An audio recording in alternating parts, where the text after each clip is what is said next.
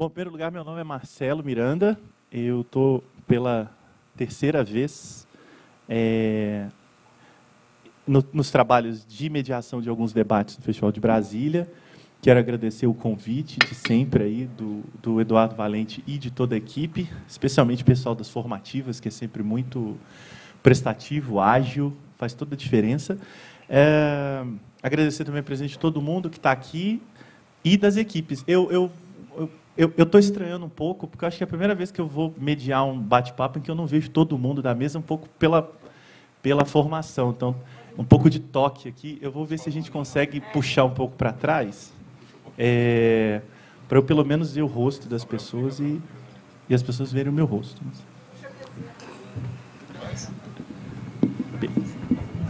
Pronto, acho que agora já está melhor. Bom, tem aqui uns informes importantes. Aqui a gente vai discutir, né, o longa e o curta da Mostra Competitiva, exibidos ontem. É o Luna, filme de Minas Gerais, lá da minha terra. E o mesmo com Tanta Agonia, de São Paulo, que tem uma atriz da minha terra, então está um corporativismo assumido aqui. O festival vai até 23 de setembro, aqui no B-Hotel, em diversos endereços do Plano Piloto, e mais 13 cidades do Distrito Federal, com longas, curtas, atividades formativas e ambiente de mercado. No site festivaldebrasilia.com.br tem toda a programação e também num aplicativo. Realizado com recursos públicos da Lei de Incentivo à Cultura do DF, Agência Nacional de Cinema da Ancine e Lei Federal de Incentivo à Cultura. Tem patrocínio na Net Claro, Petrobras, BRB e realização da Secretaria de Estado de Cultura, Governo do Distrito Federal e Ministério da Cultura. Em geral, os debates têm um pouco essa característica aqui de Brasília, né, da gente tentar ir logo para as perguntas, porque sempre tem muita gente, muita questão, muito bate-papo. Então, eu tenho feito, pelo menos nas vezes que eu mediei, um esquema de tentar flexibilizar, otimizar ao máximo esse tempo, fazendo mais ou menos assim. Vou pedir que os realizadores e realizadoras dos filmes façam uma consideração inicial, e depois a gente já pode jogar para as perguntas, e, à medida que elas forem chegando, a gente vai direcionando para quem está na mesa. Eu peço, então, no caso, a Alice e o Cris, que apresentem quem está aqui, né, para o pessoal saber quem é e as funções nos filmes. A gente abre, então vocês já podem ir se preparando, e a gente vai direcionando. Sempre tem gente, né, das equipes técnicas, do elenco, então tenho certeza que não vão faltar perguntas para absolutamente todo mundo, e se faltar, eu estou aqui, vai ter pergunta. Bom, eu mesmo adianto um pouco aqui, né, os filmes de ontem, eles tinham um diálogo muito direto, né? A programação tem sempre esse cuidado de colocar os filmes em conexão, mesmo que, às vezes, conexões conflituosas. Então, acho que o de ontem isso ficou bastante evidente. Quem estava na sessão teve passagens bastante diretas de um ponto para o outro.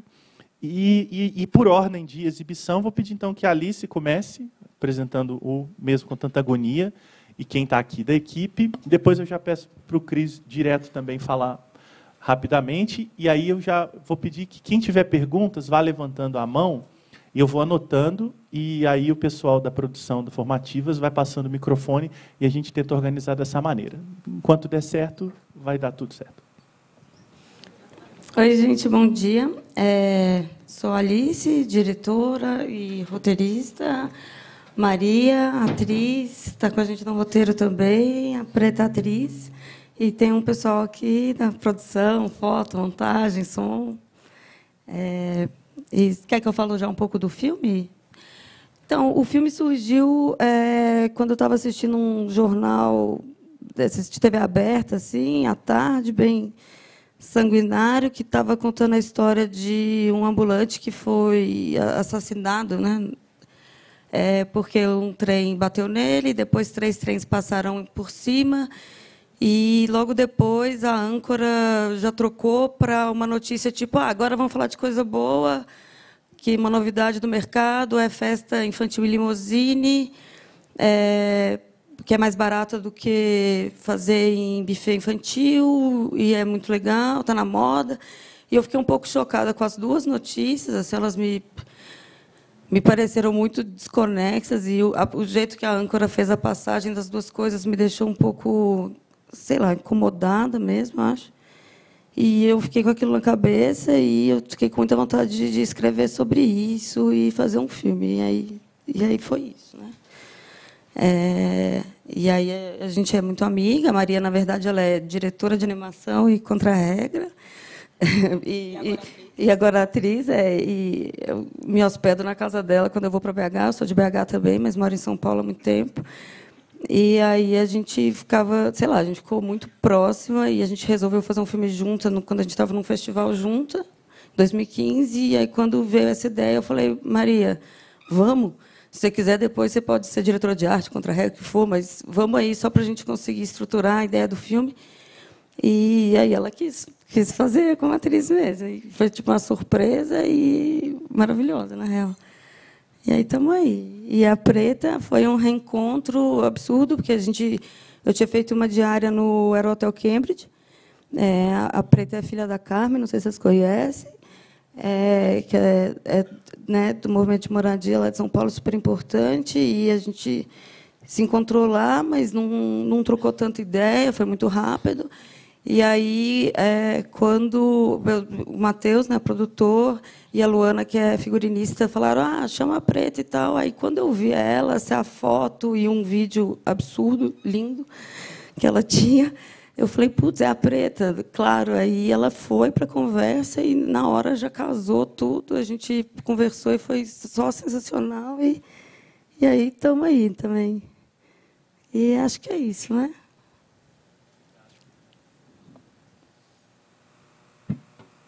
E bom dia.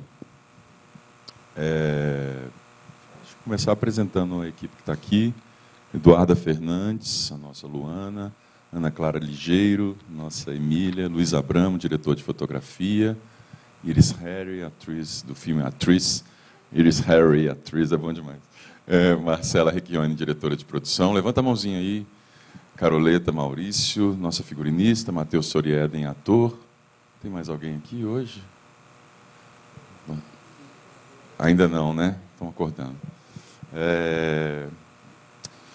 Não sei exatamente o que falar para vocês assim nesse momento, assim ainda meio tomado por ontem, né?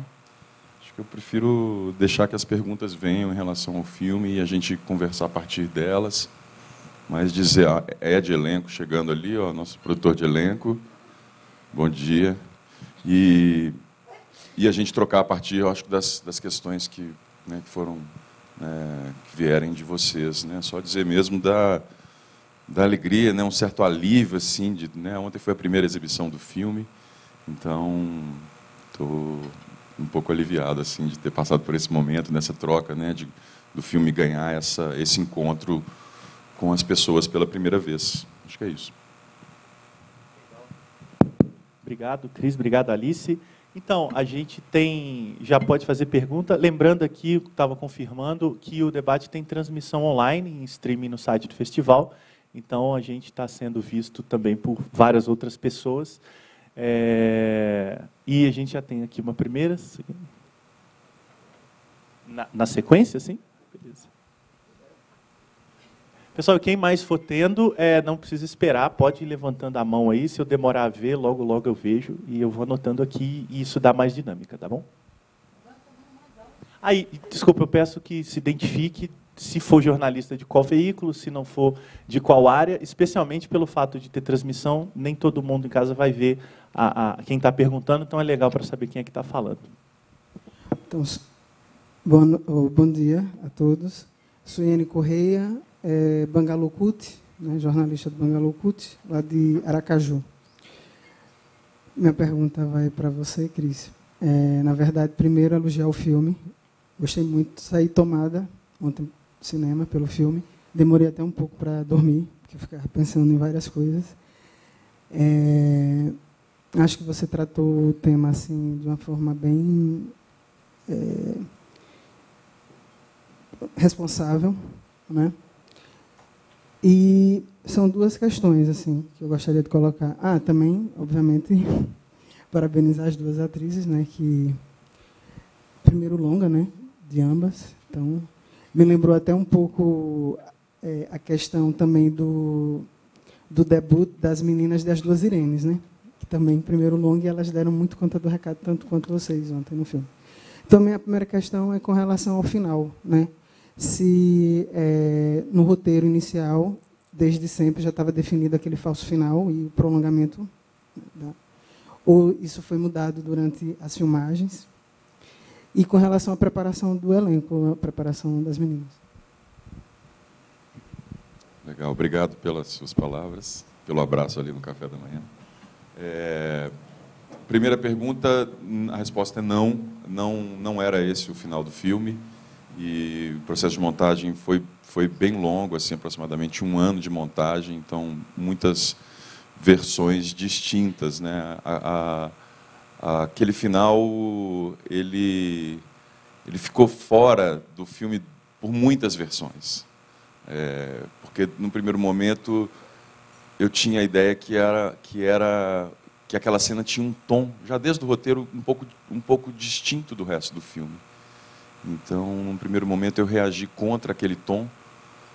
E aí, né, com o passar da maturação da montagem, a gente foi entendendo o quão era importante que aquilo tivesse dentro do filme, como assim, de forma bem simbólica, como uma ponta de esperança, né, de um lugar que o filme não deixasse uma sensação de resignação, né, que pelo menos apontasse um caminho, ainda que, né, a gente possa aqui hoje, inclusive, discutir um pouco se ele é absolutamente verossímil ou não, aquele caminho, mas que ele tivesse esse apontamento. Então, daí veio a ideia de travar o filme um pouco, né? Se a gente pensar na estrutura do filme, a gente pode pensar que tem uma espécie de prólogo que vai, né, deslocado do tempo. Depois o filme começa com a entrada da Emília na escola e esse plano se repete com a Luana voltando depois do que aconteceu, né? Então, de alguma maneira, isso fecha um pouco assim, um arco e aí, para fora desse arco, a gente achou que tinha que conseguir manter essa cena de alguma forma. E ontem foi bem legal. Eu esqueci de avisar, porque eu fico com aquela coisa assim, eu tenho que avisar o projecionista para não acender a luz, né? Aí, no meio, eu falei, será que eu levanto? Eu vou lá correndo, mas eu estava num lugar que não tinha como levantar, eu deixei acontecer. E acho que funcionou bem ontem, assim, nessa sessão. Com relação à preparação de elenco, né? Eu fui assistente de direção muito tempo, né? Então vi, né, vamos chamar assim, os preparadores, as preparadoras de elenco, né, mais conhecidos e consagrados no Brasil trabalhando muito e admiro e respeito profundamente o trabalho delas e deles, mas em alguns dos filmes que eu trabalhei eu sentia que o trabalho de preparação de elenco ele corre um risco de distanciamento entre o elenco e a direção. E aí, nesse filme, já nos meus trabalhos anteriores, mas nesse de uma maneira mais contundente, como primeiro longa de ficção, sozinho, eu fui tentar colocar esses processos em prática, né? Um pouco confusos ainda para mim, né? Não exatamente claros do ponto de vista de um método, mas fui tentar colocar isso em prática. E a gente passou um tempo juntos, né? Depois da escolha, assim, a gente passou um primeiro mês em que a gente tinha uma necessidade prática de encontrar as outras e outros personagens do filme. Então, elas me ajudaram a fazer esses encontros com os outros personagens, sem que a gente estivesse procurando exatamente quem era a Luana e a Emília. Na verdade, procurando sempre, mas sem que eu estivesse induzindo a elas um caminho tão claro para onde a gente deveria tentar, experimentar chegar. E só depois, né, de quase um mês, nessas trocas com as atrizes e atores que estavam sendo testados para os outros papéis, é que a gente começou efetivamente a fazer um processo de preparação e que elas não tinham um roteiro para levar para casa, elas conheciam o roteiro, a gente leu junto o roteiro algumas vezes, né? A primeira leitura de roteiro anterior a esse processo, quando eu li para as duas, a cara das duas era assim, um silêncio abissal, porque, né? E depois a gente foi conversando muito o roteiro transformado a partir das experiências delas, né? Assim, de uma forma geral, elas interferiram muito, mas de uma forma geral, elas sentiram a minha primeira versão de roteiro, né? Nem a primeira, mas a primeira que eu apresentei a elas como uma versão muito de tom muito distante da geração delas. Então, elas são fundamentais nesse processo, né? Que a gente pode falar mais disso também. E aí, depois de escolhidas, né, os outros personagens, a gente começa um processo, de novo, sem o roteiro na mão, então sem levantar cena a partir de falas cristalizadas, né? Então, as falas que estão no filme são delas, não são minhas. É claro que tem falas que, durante o nosso processo, eu resgatava do roteiro e oferecia a elas por uma necessidade, às vezes, de dramaturgia, de conseguir chegar em algum lugar, ou por algo que pudesse, de alguma forma, contribuir. Então, elas são co-criadoras muito fortes desse processo. E foi um processo de troca, de descoberta, de entender quem eram e como se relacionavam com as outras pessoas e o mundo em volta, né? Pouquíssimas coisas a gente levantou exatamente um pouco das cenas, né? Eu me lembro bem que, quando acabou esse processo, eu tinha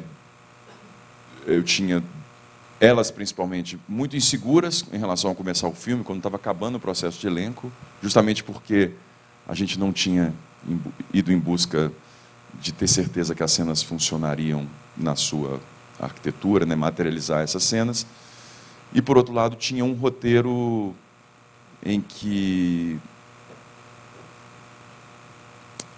a gente tinha um roteiro que, de alguma forma, precisava ser revisitado a partir da potência dos ensaios, das improvisações, de como aqueles personagens começaram a ganhar vida, e eu olhava para o roteiro e sentia que tinham duas coisas que não estavam conversando. Isso há menos de uma semana de filmar. Então, aí tem um processo de transposição desse lugar do ensaio para alimentar de novo o roteiro, né, muito próximo da filmagem.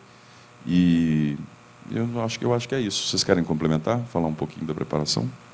Luizão, quer?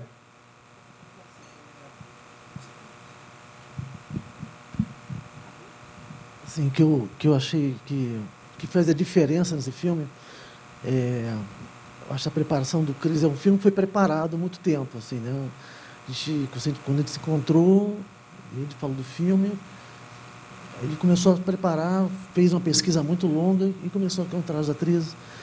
E eu me lembro, a gente fez uma visita, né? E a gente começou a colocar a importância delas se aproximarem da câmera, né? Eu acho que isso foi super importante para o filme e para elas, para a inteligência, assim.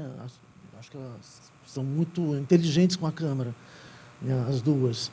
E eu acho que isso foi um processo muito interessante, né? A gente filmou, depois a gente montou, e isso foi que alimentou o filme, né? Esse processo alimentou, a gente tirou as cenas dos ensaios, praticamente, né? Foi muito potente os ensaios, né? Eu acho que essa entrada não sei, eu sempre colocava isso, né? Vamos apresentar a câmera para elas também, né, nos ensaios. Eu acho que isso fez uma diferença para ter a segurança do Cris e minha própria também, assim, para o filme, né? Só acho que isso. Para complementar. Bom dia. Como eles falaram, assim, durante esse processo de ensaio, foi um espaço muito... Como a gente não tinha propriedade desse roteiro, né? A gente tinha consciência desse arco dramático do filme, mas a gente não era um lugar que a gente ficava revisitando para ter referência, treinar como falar, qual é o melhor jeito, assim. Esse processo de preparação foi muito importante porque foi um lugar onde a gente construiu um vocabulário em questão de dispositivos para acionar durante a cena, assim, no set. Foi um lugar que a gente descobriu como acessar certos lugares da personagem, como entender como funciona cada cena. E isso foi importante porque, apesar de não ser um processo onde o roteiro estava completamente pré-estabelecido, ou a gente já tinha muita consciência de como que esse filme ia ir, foi importante a gente ser imbuído desse processo de preparação e da gente, por mais que a gente chegasse um pouco insegura antes das filmagens, depois eu fui ter consciência que a gente estava imbuída de muitas coisas do processo de preparação. Então, a performatividade das filmagens, né, performatividade no sentido de, às vezes, não se ter certeza como seria uma cena ou qual seria a cena, isso foi muito importante, porque se não fosse esse processo de preparação, a gente não teria propriedade para corresponder ao que o Cris propunha nas filmagens. Assim. Eu acho que esse processo também traz uma organicidade para a gente no filme, e acho que é isso.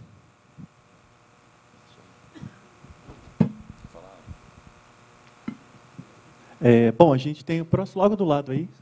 Hamilton Pinheiro, Esquina da Cultura. Cris, recentemente teve Ferrugem, né, o filme do Ali, que trata desse tema, o filme da Carolina Jabor, que é Aos Teus Olhos, né? Apesar que o filme do Ali é sobre o universo feminino, né? Quando teve esses filmes que vão falar do bullying das redes sociais, eu achei que tinham algo a ver, algum diretor ia fazer algo parecido com Depois de Lúcia, que é do Michel Franco. Para mim é um filme mais perturbador que eu já assisti, incômodo, mas necessário, né? Mas teu filme não vai para essa vertente, né? O bullying no final, mas ele não vai para essa vertente. Tinha essa referência desse filme, Depois de Lúcia. Aí eu queria saber também outra coisa, porque tu coloca alguns subtramas e você não desenvolve, né, no filme, como poliamor, como a relação do estupro do pai com ela, com a personagem, se isso estava no teu roteiro. Eu descobri o Depois de Lúcia durante o processo de preparação. A gente já estava com a coisa andando quando eu fui apresentado ao Depois de Lúcia. Mas eu acho que a questão principal, porque eu acho que a primeira parte da sua pergunta eu respondo, a segunda também. Eu não sei, até assim, fico olhando, às vezes a gente fica discutindo a sinopse, qual que é a sinopse desse filme agora, com o filme pronto, sabe? Assim, como que a gente comunica esse filme? E a gente ainda está em busca dessa síntese, porque, para mim, o filme é, assim, se você me perguntar sobre o que é o filme, para mim o filme é um rito de passagem da Luana, em que ela está numa fase assim chave de descobertas, né? Ela é uma esponja para o mundo, e essas questões atravessam a Luana, né? Essas questões que você levantou. Então, para mim, o filme não é sobre exatamente nenhuma delas. E durante o processo de feitura, né, assim, era uma questão que eu fui muito provocado sobre essa questão, né, assim. Então, você vai ver um filme, você vai passar em temas tão importantes, mas você não vai, né, atravessar uma superfície desse lugar. E foi uma escolha consciente de colocar essa personagem atravessada por essas questões, mas em que nenhuma delas fosse maior do que o processo de mudança e de descoberta da própria Luana. Não sei se eu te respondi. Não, exatamente. Ele na verdade, para mim, ele é um motor dramático, né? Ele ajuda a conduzir assim a estrutura que a dramaturgia foi ganhando forma, né? Mas para mim a chave está no processo da Luana e nas suas. E aí você falou, cada uma dessas questões, né, seria um filme, né? Daria para ficar em cima de uma dessas questões só.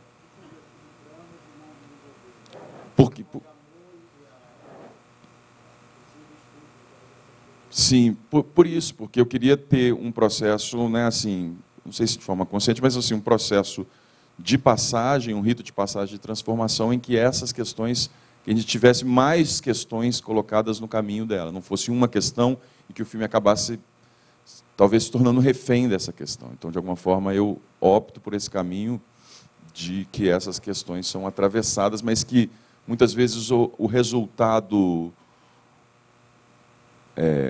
prático, emocional, ficasse de forma interior para ela e não tivesse sendo todo o tempo colocado para o mundo. Não sei se eu te respondi. Agora Carlinhos aqui.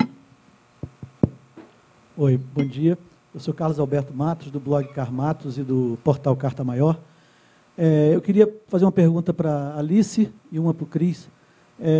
Alice, eu queria que você comentasse um pouco sobre a gênese e a realização daquelas cenas da limusine, que eu acho que são um momento assim, de grande extravasão e para a plateia bate muito forte, é muito engraçado, divertido e tal.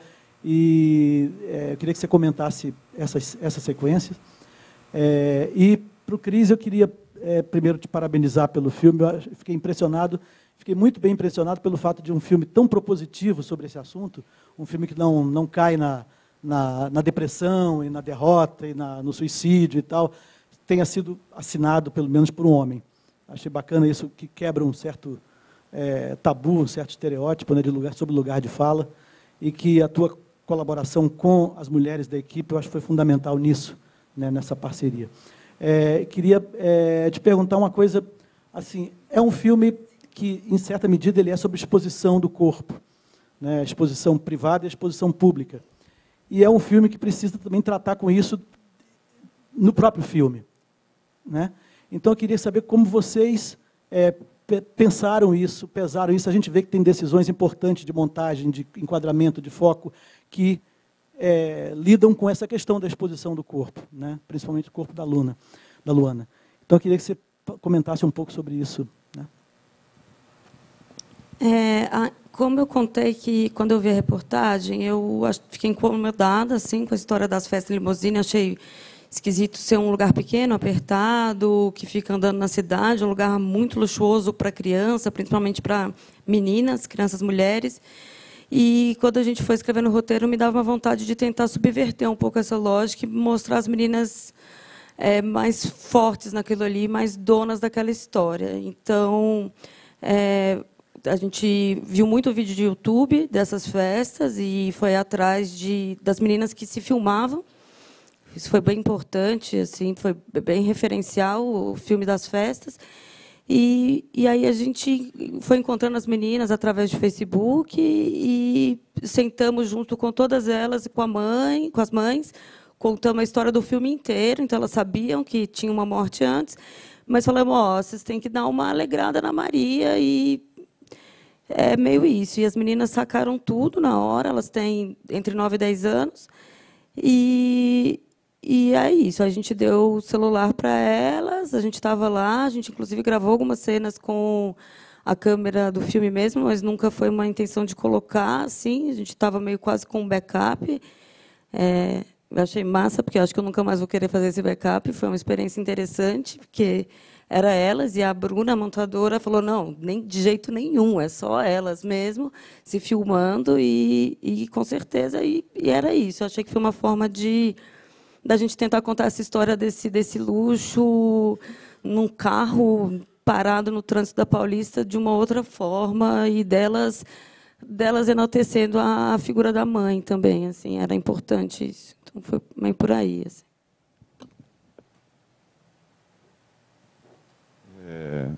Primeiro, antes de te responder, só parabenizar as meninas. Ontem a gente já se abraçou, né? Já cantou junto, então, mas foi muito bom ver os filmes juntos e especialmente ver, assim, para mim, uma correlação muito bonita dos olhos, né, da Maria e da Eduarda, assim, né, como os filmes, como os olhos têm uma importância nesses filmes, né, como falam muito. E eu adorei, parabéns, de verdade.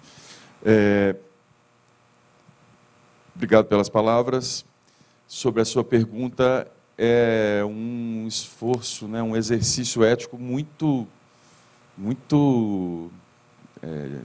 complicado, assim, né? Então ele foi colocado, ele não foi uma questão que surgiu, é uma questão que já estava colocada no processo de pré-produção, né? Com muita discussão com o Luiz de como a gente ia lidar com esse processo. Eu falei com muita gente antes de filmar, né? Com muitas jovens, tanto da escola em que o filme é filmado, quanto jovens que passaram por situações, né, de opressão ligadas a cyberbullying, quanto pessoas que tiveram tentativa de suicídio. E falei também com um universo que não está no filme, mas que eu achei que podia, de alguma maneira, me ajudar, que eram com meninas que se expõem na internet, diferente do que acontece no filme, mas meninas que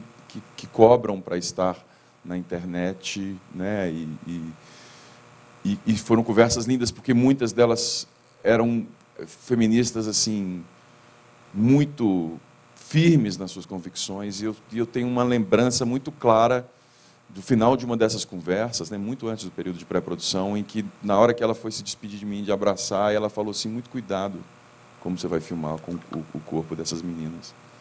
E isso ficou muito forte em mim, né? Assim, é uma fala que eu acho que me acompanhou durante esse processo. De alguma forma, elas também tinham acesso completo ao monitor, né? Então eram questões que elas também, que passaram por elas. E com relação ao Luiz, né, nessa coisa da filmografia, de como que a gente ia contar isso, a gente teve um processo que era um exercício diário de reflexão sobre o material. Então eu fiquei com uma sensação, né, assim, já por outras experiências. Eu, na verdade, já tinha feito uns curtas, uma experiência de um telefilme, né, lá atrás fiz um longa de episódios. Eu tinha uma sensação que os meus documentários eram sempre muito melhores que minhas ficções. Muito, assim. Eu falava, gente, o que acontece, né?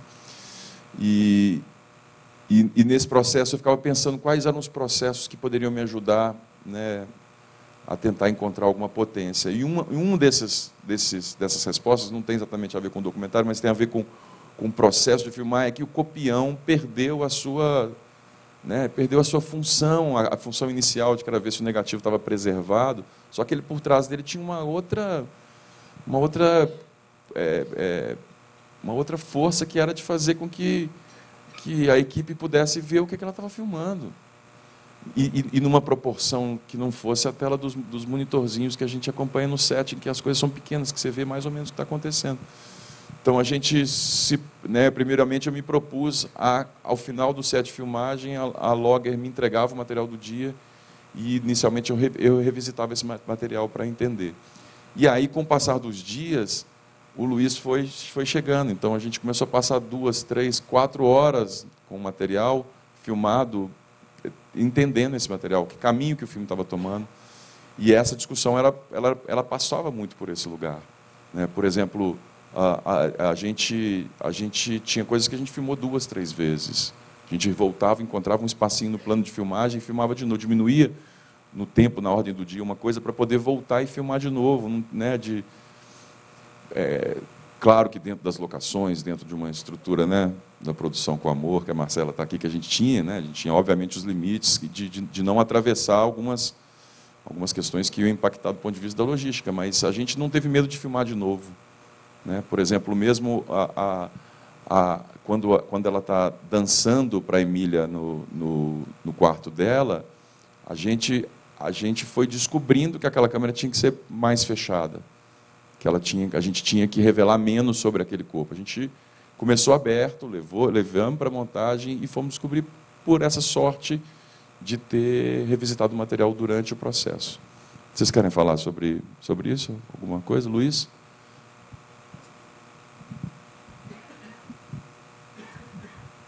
Eu acho assim que não é sorte, eu acho que foi um método criado mesmo, assim, né? Eu acho que isso, a potência do filme, para mim, passa muito por aí, né? Assim, o quanto a gente pesquisou, sabe, a visualidade do filme, através dos ensaios que a gente filmou, depois filmou de novo nas locações, assim, descobriu, elas informaram para a gente, as atrizes, sabe, tudo que a gente precisava, né? E a gente montou esse material e revia, e a gente tinha que chegar na potência do ensaio, né? Assim, acho que o mais importante para mim desse processo do filme, que é um processo super bonito, eu acho, né, é que a gente tinha uma matéria-prima ali, que eram elas, no ensaio, filmamos 2 vezes, assim, na locação, e a gente tinha uma coisa muito potente, a gente tinha que chegar, o filme tinha que ser tão potente quanto aquele ensaio delas, que davam o melhor, sabe?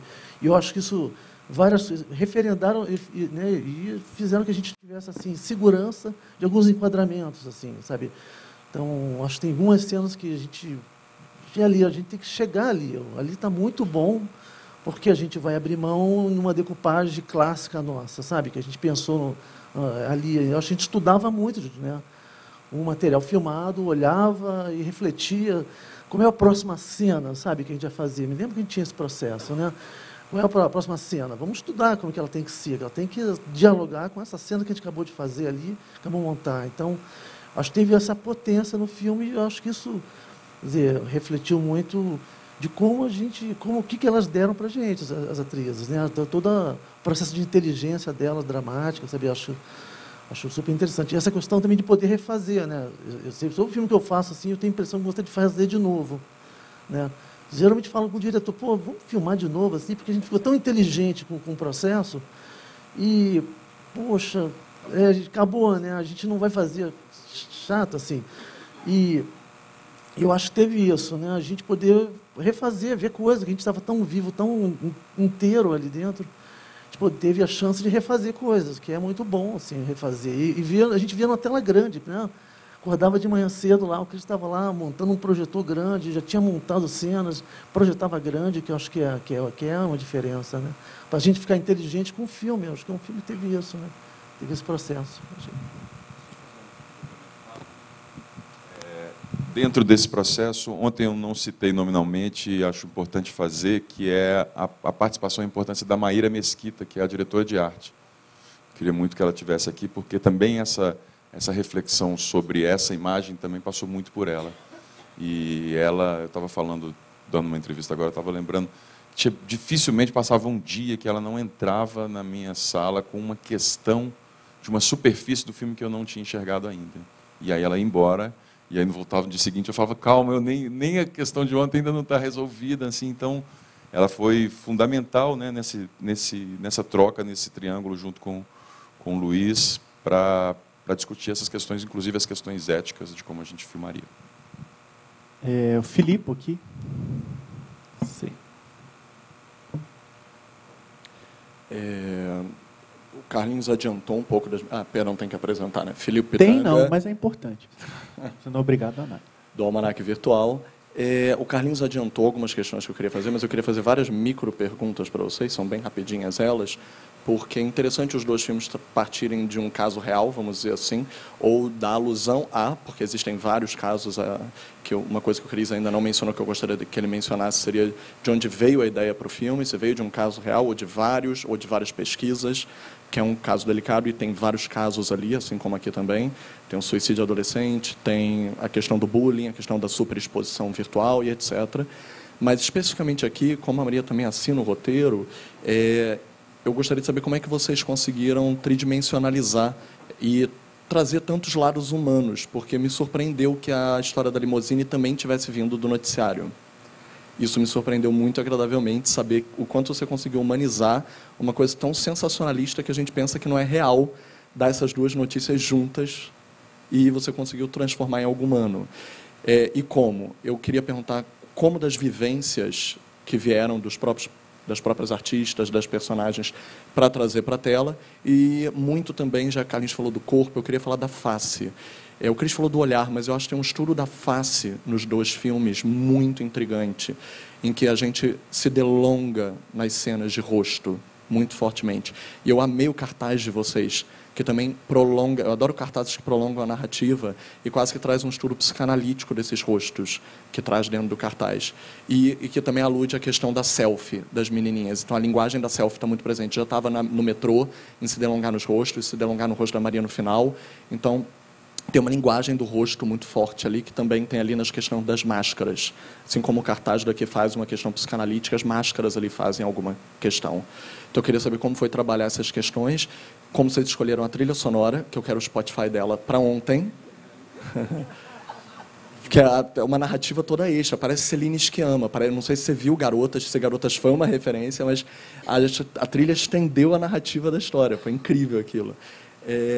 E seria isso, praticamente, e em questão das máscaras. Quer começar? Então, a gente comecei a escrever ele sozinho em 2015 e aí entrou o Matheus e a Maria, 2016, eu acho, né? E porque eu estava, isso, assim, a notícia era uma coisa que, a princípio, ela só me incomodava, a da Limousine. Eu tinha só assim, quase um preconceito mesmo, de, porra, que foda, né? Esse luxo para essas meninas tão jovens. Então, foi uma conversa de quase 3 anos mesmo para tentar transformar isso numa... Porque são crianças, eu não queria colocar essa carga nelas. Para mim, é uma questão da conjuntura social mesmo, não dava para colocar nelas. Então, foi um jeito que a gente tentou transformar isso do empoderamento das meninas, com elas narrando, elas contando, e qual que é, e essa força assim de uma geração nova que está aí para tentar contar diferente essa história. Acho que foi um pouco por aí essa questão do roteiro nisso, né? E, gente, na verdade, quando a Alice e o Matheus vieram falar comigo, quando a Alice veio falar comigo desse filme, eu não consegui nem juntar as duas notícias em uma coisa. Eu ficava pensando, nossa, por onde que está passando a cabeça dessa menina, mas vamos lá. E foram 2 anos de muita conversa e voltando nesse assunto até as coisas começarem a encaixar um pouco melhor para mim. E tudo era muito novo também, porque eu não sou atriz, eu sou contra a regra, diretora de arte, eu trabalho com animação, sou diretora de animação.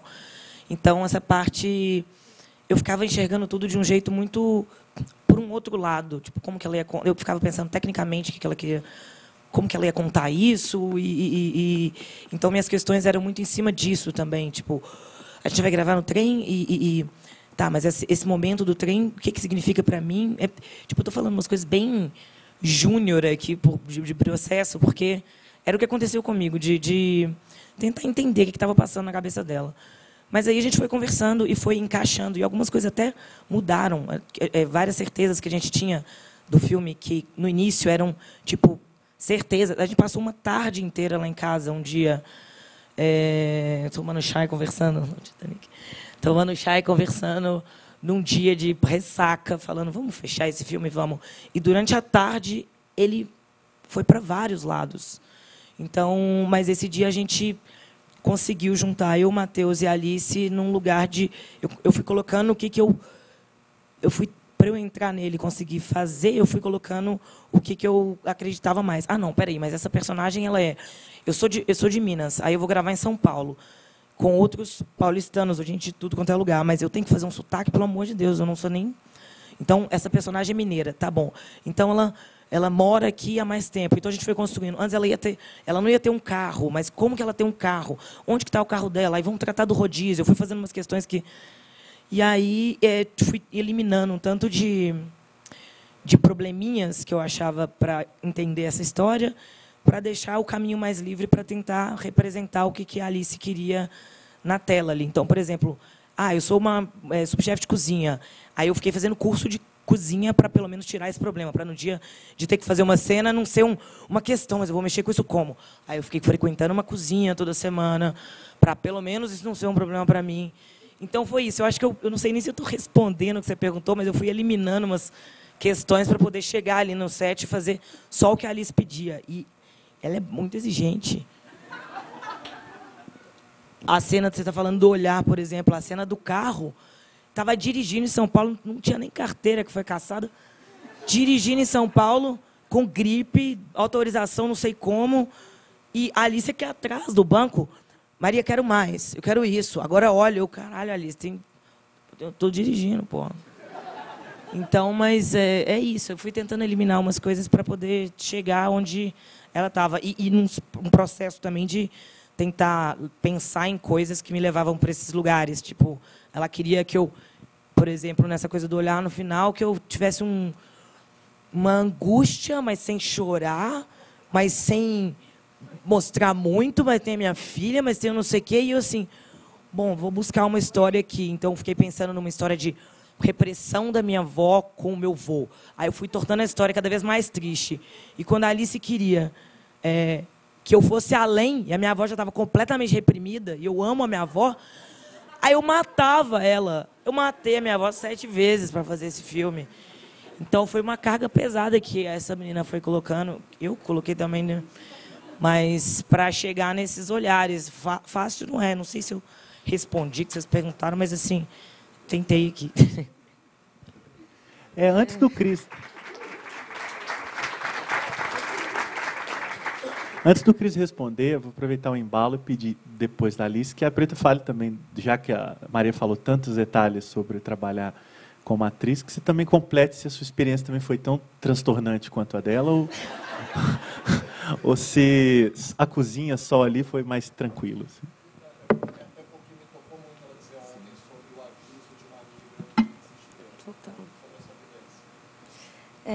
Eu vou só falar um pouco da trilha, então. E os rostos, sobre essa coisa do cartaz, a Júlia, que é uma amiga nossa de BH, artista plástica, chamei ela para fazer o cartaz e a leitura dela foi esses rostos de todas aquelas pessoas presas, apertadas no trem. Eu achei aquilo maravilhoso, assim. Foi bem dela, foi uma leitura dela, era uma coisa que eu nem estava indo tanto para esse lado. E eu achei muito massa não interferir também na ideia dela, porque para mim, a primeira leitura do filme. Foi a primeira pessoa que viu de fora e analisou o filme, foi a Júlia que fez o cartaz. Vou contar para ela, vai ficar muito feliz. E sobre a trilha, as músicas que eu adoro, que eu fico ouvindo. A Hillary, ela faz cover da Rihanna, ela chama Hillary Rihanna.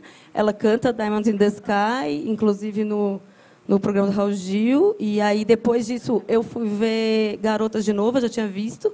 E aí tem Diamonds in the Sky em Garotas, de um jeito que eu choro quando eu vejo. Depois eu revi 8 vezes essa cena. E eu achei sensacional que também teve essa coisa. Foi uma coincidência. Então, e foi um pouco isso. Mas foi uma coincidência mesmo a questão dessa música. As outras porque, para mim, são músicas que fazem sentido. As meninas cantam todas, apesar de elas gostarem mais de Guns N' Roses e Beatles. Foi muito engraçado descobrir isso. Mas elas cantam todas, elas sabem a letra. E, no final, eu botei uma música da Nana Cherry e dos Commodores, porque... tem uma coisa, para mim, tanto da Claire Denis, que usa essa música no filme dela também, que eu gosto muito. E a música da Nana Cherry, porque eu sou fã da Nana Cherry, é uma coisa meio de infância, assim, são músicas de 87, 86, 89, que eu ouvia quando era um pouco criança, são coisas que me marcaram, e para mim é uma coisa que começa a fazer, eu começo os filmes em geral por causa das músicas, assim, os 2 filmes que eu fiz, as músicas são coisas que me impulsionam e que me ajudam a contar melhor. Então eu coloquei elas no final porque para mim elas são bem narrativas também, assim. Acho que é isso. Oi, gente, bom dia. Na primeira leitura de roteiro, no primeiro dia que eu conhecia a Maria, foi um amor à primeira vista, assim. A gente se tornou amiga de um jeito inexplicável. De infância, juro. A gente se tornou muito amiga. E isso facilitou o entendimento do roteiro, do que a Alice queria. É verdade, ela é exigente, viu, gente? Tem que concordar com a Maria. Isso facilitou muito para eu saber, para eu entender o que a Maria estava passando naquele momento. A cena do trem foi a que mais me doeu. Depois que a gente gravou aquela cena, quando eu cheguei em casa, eu fiquei muito mal. De verdade, eu senti muito, muito. E eu acabei de fazer outro filme junto com o Matheus, e eu falo no processo desse filme, eu falei, Matheus, eu não sei explicar a sensação que eu tive ao deixar a Maria, como eu pude fazer aquilo, como eu pude deixar a minha amiga ir embora, só me despedir com um beijo tão seco, tão frio. E eu podia ter feito mais. A sensação, ao assistir o filme, por que eu não fiz mais? Por que eu não voltei? Por que eu não estava com a minha amiga nesse momento? E isso serve para a gente prestar atenção ao nosso redor, às pessoas, a tudo que acontece à nossa volta, porque um olhar pode ser um pedido de socorro. A gente pode salvar uma vida se parar um instante para prestar atenção nesse olhar.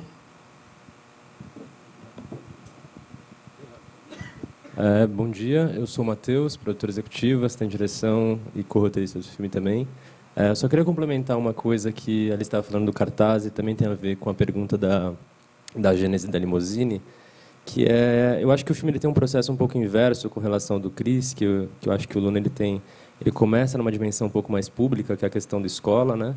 E depois ele vai interiorizando para enfim, ele tenta ficar mais próxima da Luana, né, e investigar um pouco essa subjetividade dela. E o nosso, eu acho que ele opera um processo contrário. Assim, a Maria, ela começa no ambiente ali do trabalho, que não é o privado por excelência, mas é um pouco mais controlado. E depois a Alice joga elas na rua, no trem. E aí eu acho que o filme, num crescente, vai transformando um pouco essa protagonista num protagonista coletivo. Eu acho que isso fica muito claro na cena do trem, que a gente meio que abandona a Maria. E são vários rostos que tomam parte ali, e acho que era uma intenção nossa no filme, né, construir esse personagem de forma coletiva, que no caso é que a gente não estava falando muito sobre a Maria, saca? Não era um filme sobre a subjetividade dela, sobre os problemas específicos da Maria em si, e era algo mais abrangente. Era legal que a gente conseguisse fugir para essas outras pessoas que estão ao redor e que compartilham uma coisa em comum, que é estar ali no trem lotado, ou diversas outras pequenas violências cotidianas, assim.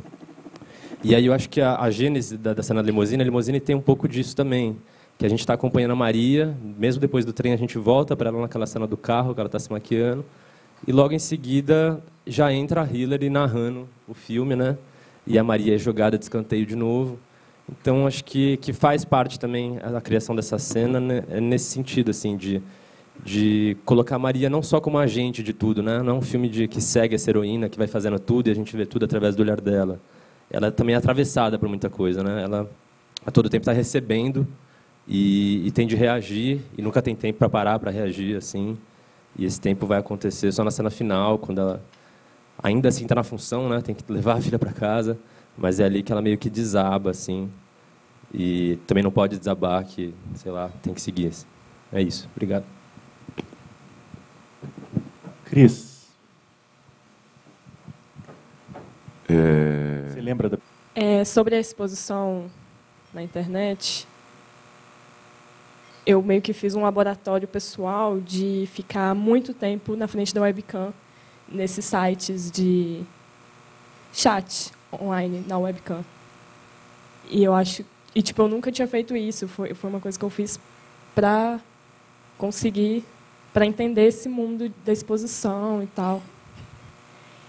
E... acho que é isso. Nessa coisa de criar uma relação com esses chats de relacionamento, também tive esse processo da Ana, que é... Porque eu não sou uma pessoa muito assídua assim, nas redes sociais e tal, não cultivo muito isso. Então, foi um processo de descoberta interessante de entender essa relação com a webcam, com a câmera, de entender a minha imagem, porque é isso, né? Quando a possibilidade de você fazer um recorte do seu corpo, assim, né? E que esses sites te proporcionam.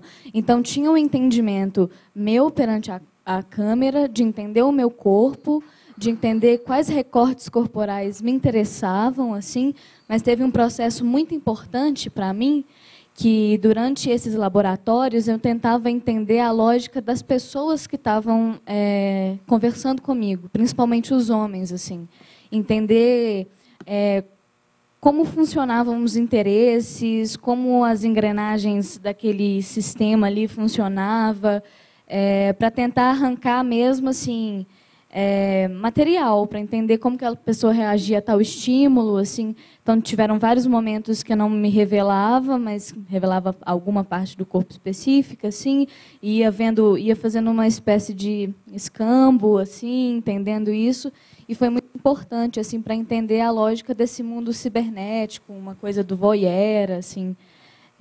Acho que é isso. Eu também fiz a mesma pesquisa que elas. E a minha lembrança, talvez eu não tenha certeza, mas a minha lembrança é que esse lugar dessas pesquisas, ele foi... Porque eu acho que o filme como um todo, na verdade, do ponto de vista do seu processo, de como ele se transforma em história, ele tem a ver com um fiozinho que vai sendo puxado de uma história, aí a gente conhece alguém, entrevista, pesquisa, ou então a gente faz um processo de laboratório, e aí vem outra coisa, e a gente foi tentando... né, lidar com esse novelo. E aí a coisa das máscaras, a minha lembrança inicial, e de novo, pode ser que não seja a real, é que nesse lugar dessa pesquisa, delas e da minha pesquisa, surge muito a coisa da máscara, né? Esse lugar em que você se protege e a partir daí a gente começa a investigação de novo com a ajuda da Maíra para construir que universo era esse, como que a gente ia se apropriar dessas máscaras. Acho que não foi, pelo menos para mim, assim, do ponto de vista, assim, não houve uma construção psicológica ou psicanalítica para tirar parte das máscaras. Elas vieram de uma concretude mesmo dessa imagem, dessa defesa, né, desse anonimato através da internet, e aí a gente apropria e vai buscar os elementos para poder se utilizar, né? A Maíra traz essa contribuição dos animais, da floresta, que o filme de alguma maneira se relaciona, e a gente começa a investigar e acaba, né? Ela fez as máscaras do filme, elas foram feitas manualmente por ela. Passou vários dias no meio da pré-produção, queria fazer outras coisas com ela. Ela falou assim: não conversa comigo agora, estou fazendo a máscara. Ela ficou envolvida, né, assim, artesanalmente nessa construção. E eu acho que é isso, não sei se te respondi. Só a gente tem 7 inscritos, então quem está anotado aqui comigo, não está tudo anotado, pode demorar, mas vai rolar. E tem 30 minutos, então acho que ainda dá para seguir pergunta-resposta, mas se o tempo começar a apertar, a gente faz em dupla. A próxima, então, é a Rosário, está aqui na frente. Maria do Rosário Caetano, da Revista de Cinema. A pergunta que eu tinha para o curta já foi em parte respondida, porque era para a Maria, mas eu vou fazer um comentário sobre o trabalho das duas. Quando a Preta disse no palco: eu sou a coadjuvante da Maria Leite, falei: que coisa bonita, que coisa generosa. E aí a Alice conta que você é filha da Carmen, a líder dos Trabalhadores Sem Teto, não é? Sua mãe é uma figura fantástica, uma atriz maravilhosa, né? Se revelou um espanto era o Hotel Cambridge, e se eu fosse diretora de cinema, eu faria um filme com ela e com você, porque o DNA é de primeira, não é? Outro da Lili, vocês estão as duas juntas? Nossa Senhora, vai ser bom demais. E para Maria, eu acho que você acabou de... Eu ia perguntar um pouco de você acabou de contar. Então, eu acho que você disse que tinha o problema do sotaque. Eu acho que o seu talento para representar é um espanto. Você tem uma expressão. Fiquei encantada. Eu acho que você vai conseguir fazer até sotaque, sério mesmo. Então, já é uma nova atividade que você vai desempenhar muito bem, tenho certeza. Fiquei muito comovida com a força da sua representação. E eu vou fazer uma pergunta para o Cris, mas antes, vocês me perdoem, eu quero dizer aqui que nós estamos na frente de um dos grandes fotógrafos do cinema brasileiro, e eu quero contar um pouco dele, que nós nos conhecemos há uns 30 anos. Ele é filho de Fernando Cone Campos, um grande diretor de cinema, neto de Lívio Abrão, um dos maiores artistas desse país, sobrinho neto de Lélia Abrão, uma grande atriz também, não é? Então, eu queria saber de você, e diretor do filme, um dos diretores do filme Abrindo o Armário, que está em cartaz por várias cidades brasileiras, que vocês não percam, um belo filme, com depoimentos maravilhosos sobre homoafetivos, não percam mesmo, né? Então, eu queria que você me contasse, porque ele é de uma geração anterior à sua, né? Por que você o convidou para ser o diretor de fotografia? Se em algum momento você pensou que queria uma mulher, já que era você um homem dirigindo um filme tão feminino, se você pensou, né, em chamar uma mulher ou alguém da sua geração. E por que você o chamou? Eu queria saber também do processo de trabalho de vocês dois, mas acho que vocês deram já um testemunho maravilhoso sobre isso. Então, é só para dizer que você sabe que eu sou sua admiradora há 30 anos. Quer falar, Luiz? Responder esses elogios tão bonitos aí. O Luiz, eu conheci o Luiz, já se vão 20 anos, né, Luiz? O primeiro filme, eu na verdade entrei na faculdade e meu pai morreu muito cedo, eu tinha que me virar assim com as contas. Aí eu fui trabalhar numa empresa de telemarketing. E eu tinha que convencer as pessoas a não desistir do chamado em espera, que era um horror, né? Você tem que passar de uma linha para outra. Então, e aí eu fiquei lá um tempinho, mas já começava começava a trabalhar com audiovisual quando eu resolvi um convite para trabalhar no Secos e Molhados, que é um documentário do Armando Mendes. e a gente foi para o Rio São Francisco juntos, e aí começou uma amizade. Eu pedi demissão, eu gritava, quando eu saí do telemarketing, eu gritava, bom dia! Quando acabava meu expediente, e aí eu pedi demissão para ir trabalhar nesse filme. Foi quando eu conheci o Luiz, e a gente né, cruzou nesse trabalho. Eu trabalhei em muitos filmes, em produção de set, a produção de locação, assistência de direção, né, e algumas vezes a gente se cruzou nesse caminho. E quando eu fui fazer o meu primeiro filme, que é o Sumidouro, né, o documentário, eu convido para ser meu parceiro, e aí mais ou menos nasce esse casamento. Mas que, de alguma forma, a amizade sempre permaneceu, mas, de alguma forma, né, nos últimos trabalhos, nos trabalhos anteriores ao Luna, a gente tinha se distanciado por uma questões que eu não, né, práticas mesmo, estava fazendo projetos muito pobres e distantes, né, do Rio, então a gente acabou se distanciando. E quando começou esse processo, eu, na verdade, eu tinha uma convicção, tanto é que eu chamei ele muito antes do processo, de que a amizade, a cumplicidade que a gente tinha, elas iam ser importantes para esse filme, porque o Luiz tem uma característica muito forte, outros diretores e diretores de fotografia têm, mas eu acho que é a principal característica dele, que é colocar a fotografia a serviço do filme e não da fotografia. E isso pode parecer pouco, mas não é um exercício de colocar o ego de lado, né, de colocar o seu próprio trabalho, a sua assinatura, né? Tem muita gente muito boa, muito talentosa, mas que a coisa que mais importa é esse trabalho, a assinatura. Então, o Luiz tem essa capacidade, generosidade de colocar isso de lado e pensar o filme antes. Não é antes, é pensar a imagem junto do filme, mas não como um objeto estético para ser analisado né, fora do contexto da sua história, da sua dramaturgia.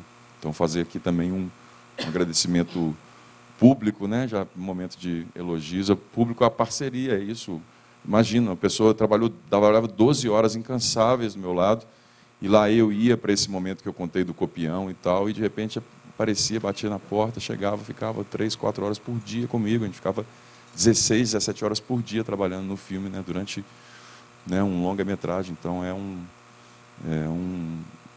né, uma parceria muito rica. O próximo é o Luiz, e aí vou fazer em blocos aqui. Só falar uma coisa rapidinho, claro, que eu queria, ela está até saindo agora, mas que parabenizar ela, fotógrafa do filme, do curta, porque esse negócio do olhar, que eu falei, que eu acho que tem uma semelhança, eu acho que tem uma forma como a câmera se comporta, né, em relação, especialmente a Maria, muito bonita, muito assim, persistente em relação a encontrar aquela força que a imagem, com o tempo que a montagem tem, ela proporciona. Parabéns. Gente, o nome dela é Ana Santos, que não está indo embora, né? Está indo só pegar uma água, né? Então, quem tiver perguntas, ela ainda está à disposição. Gente, eu queria falar só uma coisinha aqui em relação à Preta, que quando ela chegou, e eu achei que o brilhantismo e a experiência dela iam ser intimidantes, porque eu era iniciante, eu estava com esse medo em relação a quem ia gravar junto, tipo, nossa, eu sou novata. E foi o contrário que aconteceu. Ela me passou uma segurança absurda.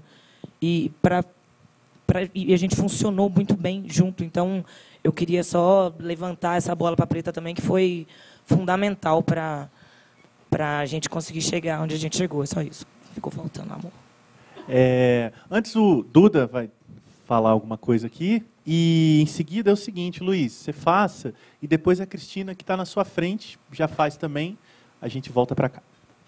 Bom, gente, aqueles 30 segundos de todos os dias, enquanto a sala está bem cheia. Lembrar que tem 2 sessões à tarde das mostras paralelas, às 2h30 no Cine Brasília, Espera, do Cal Guimarães, documentário que passou no É Tudo Verdade e que a gente vai passar no Festival dos Festivais, e às 4h30 no Museu Nacional, e se por acaso alguém quiser ir nos dois, a gente está tomando um especial cuidado de ter uma van lá na saída do Cine Brasília para levar para o museu e garantir que todo mundo chegue. Vai ser a estreia intergaláctica, como eu sempre digo, quando é a primeira exibição do Calypso, que é um filme do Rodrigo Lima e do Lucas Parente. O Rodrigo Lima já fez longa, curtas, mas é também montador dos últimos filmes do Bressani, e é a primeira exibição do filme deles, então, na Mostra Caleidoscópio. Só lembrando das nossas sessões vespertinas. De volta aos filmes. Luiz. Oi, boa tarde. Eu vou ficar de pé para vocês me enxergarem aqui. Tromba na moça do café. Ai. Não, não, de jeito nenhum. Bom, para o Cris, parabéns para você e toda a tua equipe. O Carlinhos puxou o fio de um assunto importante, né? Que, enfim, lugar de fala, que é uma pauta presente, ainda bem que é uma pauta presente, né? E aí você, sendo homem, fazendo esse filme extremamente delicado e sutil, né? Do universo feminino, tem um monte de situações que a gente fica muito feliz de enxergar no teu filme, né? Tem até enquadramentos que remetem ao Bergman, enfim, Persona, enfim, né? E assim, foi falado que você foi muito cuidadoso com os corpos, né, das atrizes, mas claro que não só isso, né? Aquela cena em que a Emília está conversando ali com a Luana e falando, vamos brincar, vamos tentar ficar junto para ver o que é que rola, tal, né? É um plano distante, parece respeitoso com aquele momento muito, muito íntimo das duas, né? E o final, lógico, catártico, deu para ver ontem na sala que foi muito acertado, né? E me parece que assim, tem diversos fatores que contribuem para aquele sucesso, né, do desfecho do filme. E me remeteu a um outro filme, imediatamente, dirigido por um cineasta homem também, né, que é o Cláudio Assis, essa figura controversa, né, e acusado de misógino, mas há 16 anos ele fez uma sequência tão impactante, em certa medida, né, que a gente pode chamar de libertária. A Leona Cavalli levanta a saia para... Aquilo é muito forte, né? E você já falou, enfim, de como as mulheres da tua equipe e fora dela te ajudaram nessa construção. Mas, enfim, eu vou fazer a pergunta da seguinte maneira. Ontem, a Suene aqui fez uma colocação sobre o desfecho do filme do dia anterior, que era um final baixo astral, com um monte de agente imobiliário indo buscar compradores com uma arma de paintball e tal. E o teu filme tem um desfecho para cima, né? Assim, talvez sugestivo de outros atos libertários. Você acha que isso pode ocorrer, enfim, em certa medida, teu filme inspirar aquele tipo de postura, né? E eu estou falando ato libertário aqui, não sei nem se o termo é correto. Assim, mulheres, me ajudem. Mas, enfim, é por aí. Só um segundinho que eu vou pedir para a Cristina. Faz junto a pergunta. E aí a gente traz tudo para cá. Tá bom. A minha pergunta para o Cris bom, tem que se apresentar, né? Meu nome é Cristina Amaral, sou montadora. E a minha pergunta para você que eu percebi, assim, pode ser até minha percepção, que você optou por uma narrativa mais porosa e tratando de um assunto que é contundente, que é muito sério atualmente, né? Então, eu queria saber até que ponto, eu entendo, e eu acho que eu elogio a delicadeza do olhar, e aí eu sei que você contou com o Luiz Abramo muito para isso também, mas eu fico perguntando em que medida se passou pela cabeça de vocês o medo de que essa porosidade da narrativa trouxesse uma superficialidade. Então, e como que vocês lidaram com isso, até onde isso bate como preocupação para vocês? E outra coisa, tocando exatamente dessa sequência final, que tem esse gesto que a gente pode entender, a menina vai lá, bate no moleque, entendeu? Tem uma reação conjunta, tem a atitude das meninas tirarem as camisetas e tiram, inclusive, os sutiãs. E aí tem assim, tem um menino que ele também tira a camiseta e a gente percebe que ele tira as calças. Por que vocês não quiseram mostrar o corpo do menino e o corpo das meninas todas, os peitos todos apareceram?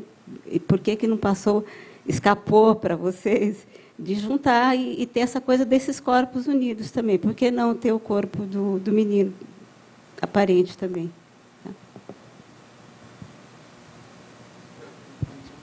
Aí a primeira do Luiz e da Cristina. É bom que já foi todas para você, então tá bem.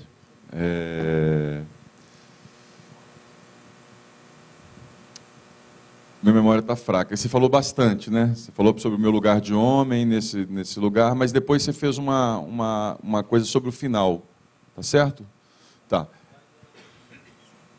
Cris, ele pediu basicamente... Me corrige, Luiz, se eu falar errado. Você está com o microfone, vai lá. Bom, a pergunta foi que do filme da noite anterior havia um receio colocado por uma jornalista de que o filme... Luiz, vai direto à pergunta. Se você repetir tudo, vai demorar. O filme pudesse sugerir uma interpretação equivocada, enquanto que o seu pode sugerir uma proposição positiva, né? Em que medida isso... Enfim...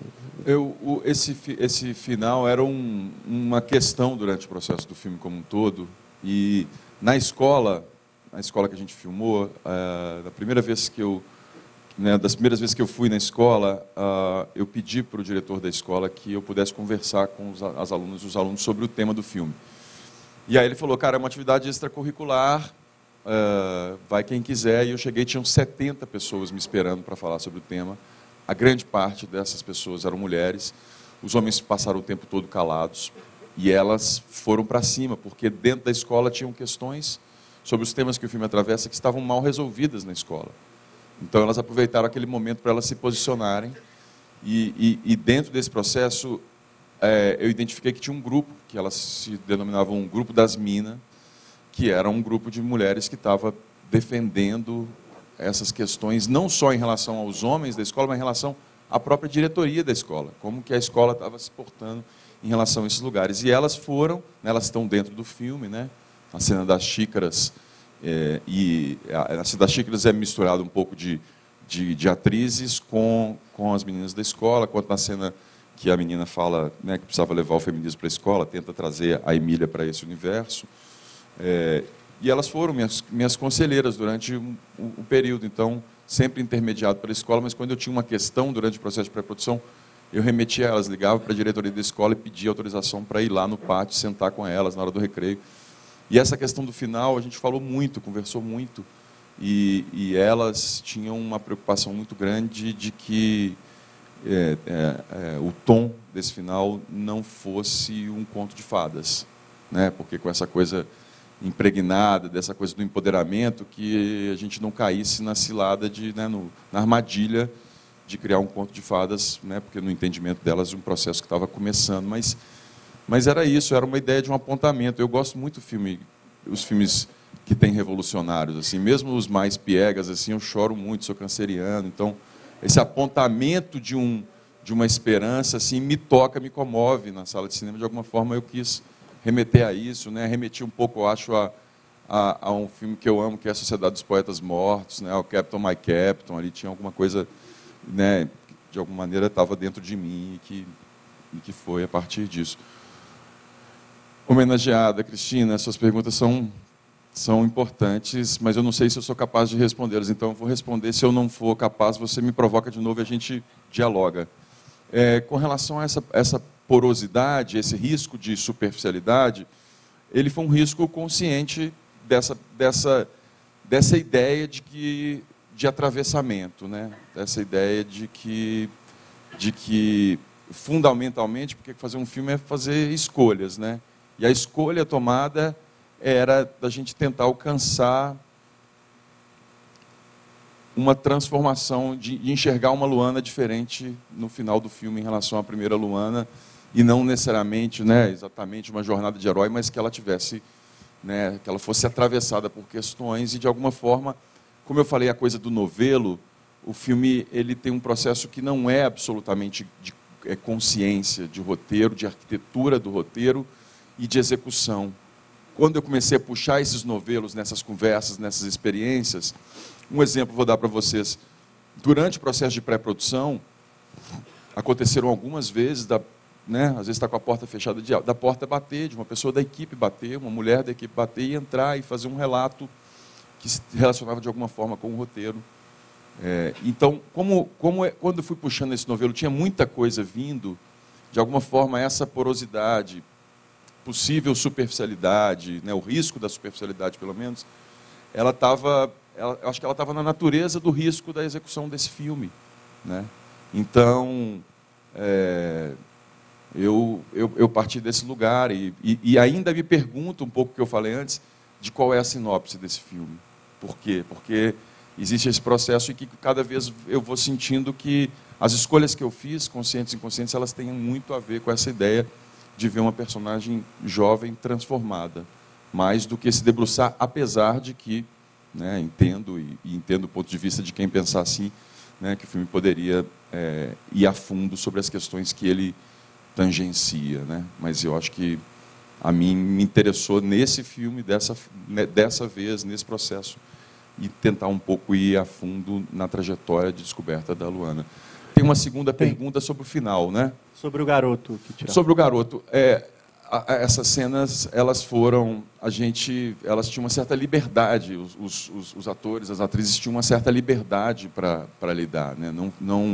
Não foi planejado nem que o menino tirasse a roupa, nem que as meninas tirassem a roupa naquele lugar, daquela forma, né? Então existe um certo acaso nesse sentido em que a câmera acompanha. Eu mesmo, particularmente, eu senti muita, na montagem, vontade que a câmera tivesse ficado só com a Luana e com a Emília naquele processo, e que as coisas pudessem acontecer até em outras camadas atrás desse processo, porque tem uma troca de olhar e reciprocidade entre as duas quando a Emília tira a camiseta, que talvez isso pudesse ter sido reverberado em outro plano, mas o filme foi feito de muito acaso, de menos precisão. Então, efetivamente, sim, o menino tira e abaixa a calça, e a câmera também não se comporta para acompanhar, mas eu acho que tem mais, na minha opinião, tem mais a ver com essa falta de controle do acaso do que exatamente de uma intenção. Pessoal, a gente tem muito pouco tempo e algumas inscrições, por isso que eu não estou inscrevendo mais, infelizmente. Tem que fazer esse papel meio antipático, assim. É duas coisas de mediação muito chatas. Não deixar pessoas falarem e ter que pedir que elas falem pouco. Então, eu já estou fazendo as duas coisas ao mesmo tempo, que é para já ficar antipatia logo. Então, eu vou pedir Neuza e Samantha façam. Aí eu peço, na medida do possível, dependendo das perguntas, que as respostas aqui também sejam sintéticas e depois a gente passa para a rodada final. Ok. Já está com deixa eu levantar aqui, que com essa altura toda vai ser difícil. Eu sou Neuza Barbosa, do CineWeb lá de São Paulo. Então, rapidinho, eu queria falar para o Cris que, assim, eu vi o filme assim como a adolescência ocupando essa tela, existindo, gritando a sua existência, mas você coloca também um contexto para elas, né? Começa na escola, falando do impeachment, e depois você vai colocar os pais, você vai colocar a mãe dela e o pai dela, que aparece tarde na história. Eu queria que você comentasse um pouco como é que foi o planejamento de vocês para botar esse contexto social, familiar, dentro do filme, que acho que isso também evita a superficialidade um pouco, não ficou muito ego-trip só delas, né? Mas assim, eu queria comentar uma cena em particular, que é o pai, quando o pai da Emília vai para o quarto, e, enfim, ele está com uma tentativa de abuso ali, que afinal não acontece, eu fiquei um pouco incomodada com essa cena, me pareceu não orgânica dentro da linguagem que o filme tem. Eu queria que você falasse um pouco da tua opção por isso daí. Aí, Samantha, levanta o braço. Isso, que aí o pessoal te identifica. Olá. Sou Samantha Brasil, sou crítica do Delirium Nerd, Cineclube delas, feito por elas, enfim. Um pouco do que eu vou perguntar também já foi abordado pela Rosário, pela Cristina, pela Neuzinha, e eu vou discordar um pouco dos meus colegas, falando que, quando eu saí do cinema, eu fui olhar a ficha técnica e eu percebi, com relação ao lugar de fala, que, para mim, era muito claro que era um filme feito por homens, né, basicamente nas funções criativas principais do filme. E aí eu fiquei me perguntando com relação a, já que você já respondeu sobre fotografia, o roteiro, eu vi que tem uma consultora, inclusive, uma assessora de roteiro, mas a montagem, principalmente, porque acho que algumas coisas da montagem deixam o filme com essa porosidade que a Cristina apontou, talvez essa questão da cena específica do pai, que a Neuzinha levantou. E aí eu fiquei me perguntando, por exemplo, com relação aos personagens masculinos, já que você diz que o filme é muito mais sobre o rito de passagem em si, né, do que das questões mais pontuais que ele também levanta. E porque, na verdade, as duas rupturas mais frontais que as personagens têm são provocadas por dois homens, o pai e o colega que vaza o vídeo, né? E esses personagens simplesmente não são trabalhados no filme. Então, eu fiquei me perguntando por que esses personagens que justamente causam a ruptura e o descontrole e toda a quebra do filme, né, para poder ter a reação. E aí, por que primeiro ele começa já de cara com a cena dela se despedindo com o suicídio, né? Então, assim, eu como mulher, por exemplo, fiquei o tempo todo pensando o que ia dar errado o tempo todo, porque aquela alegria maravilhosa delas ia dar errado em algum momento. E aí, a cada homem que entrava em cena, eu ficava pensando que poderia ser por conta daquele homem. E realmente foram os homens, no caso do seu roteiro. Né? Então, por que você não quis trabalhar esses dois personagens masculinos que desestabilizam as personagens, né, por conta da escolha? E com relação à cena em si da tentativa de suicídio, por que aquela viagem muito aprazível, inclusive, como se fosse bacana a tentativa de suicídio? Assim, eu fiquei me perguntando por que você escolheu essa opção de achar que poderia ser uma viagem interessante. Eu fiquei com vontade naquela floresta, assim, porque foi muito legal encontrar aquela árvore, lamber aquela coisa gostosa, aquela lambe, e depois parte para a cena do tal empoderamento, que eu também fico me perguntando por que essa opção no final, né? E eu gostaria de te ouvir um pouquinho mais sobre isso, porque a impressão que dá é que as mulheres, aí pode ser uma leitura talvez um pouco distorcida do que seria o empoderamento feminino nesse sentido, das mulheres terem que sofrer alguma coisa para se empoderar, né? Que é uma coisa que a gente tem debatendo muito, inclusive. Então, por que talvez a gente você não pensou em mais colaboradoras no roteiro, já que toda hora você fala que mulheres iam lá falar com você que alguma coisa tinha que ser mudada? Então, por que essas mulheres não foram incorporadas nessas funções, talvez, se isso não foi uma questão para você? Não, mas já é para você responder mesmo.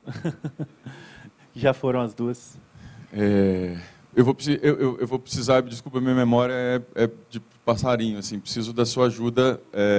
Tem a questão da cena do pai, a presença dos pais.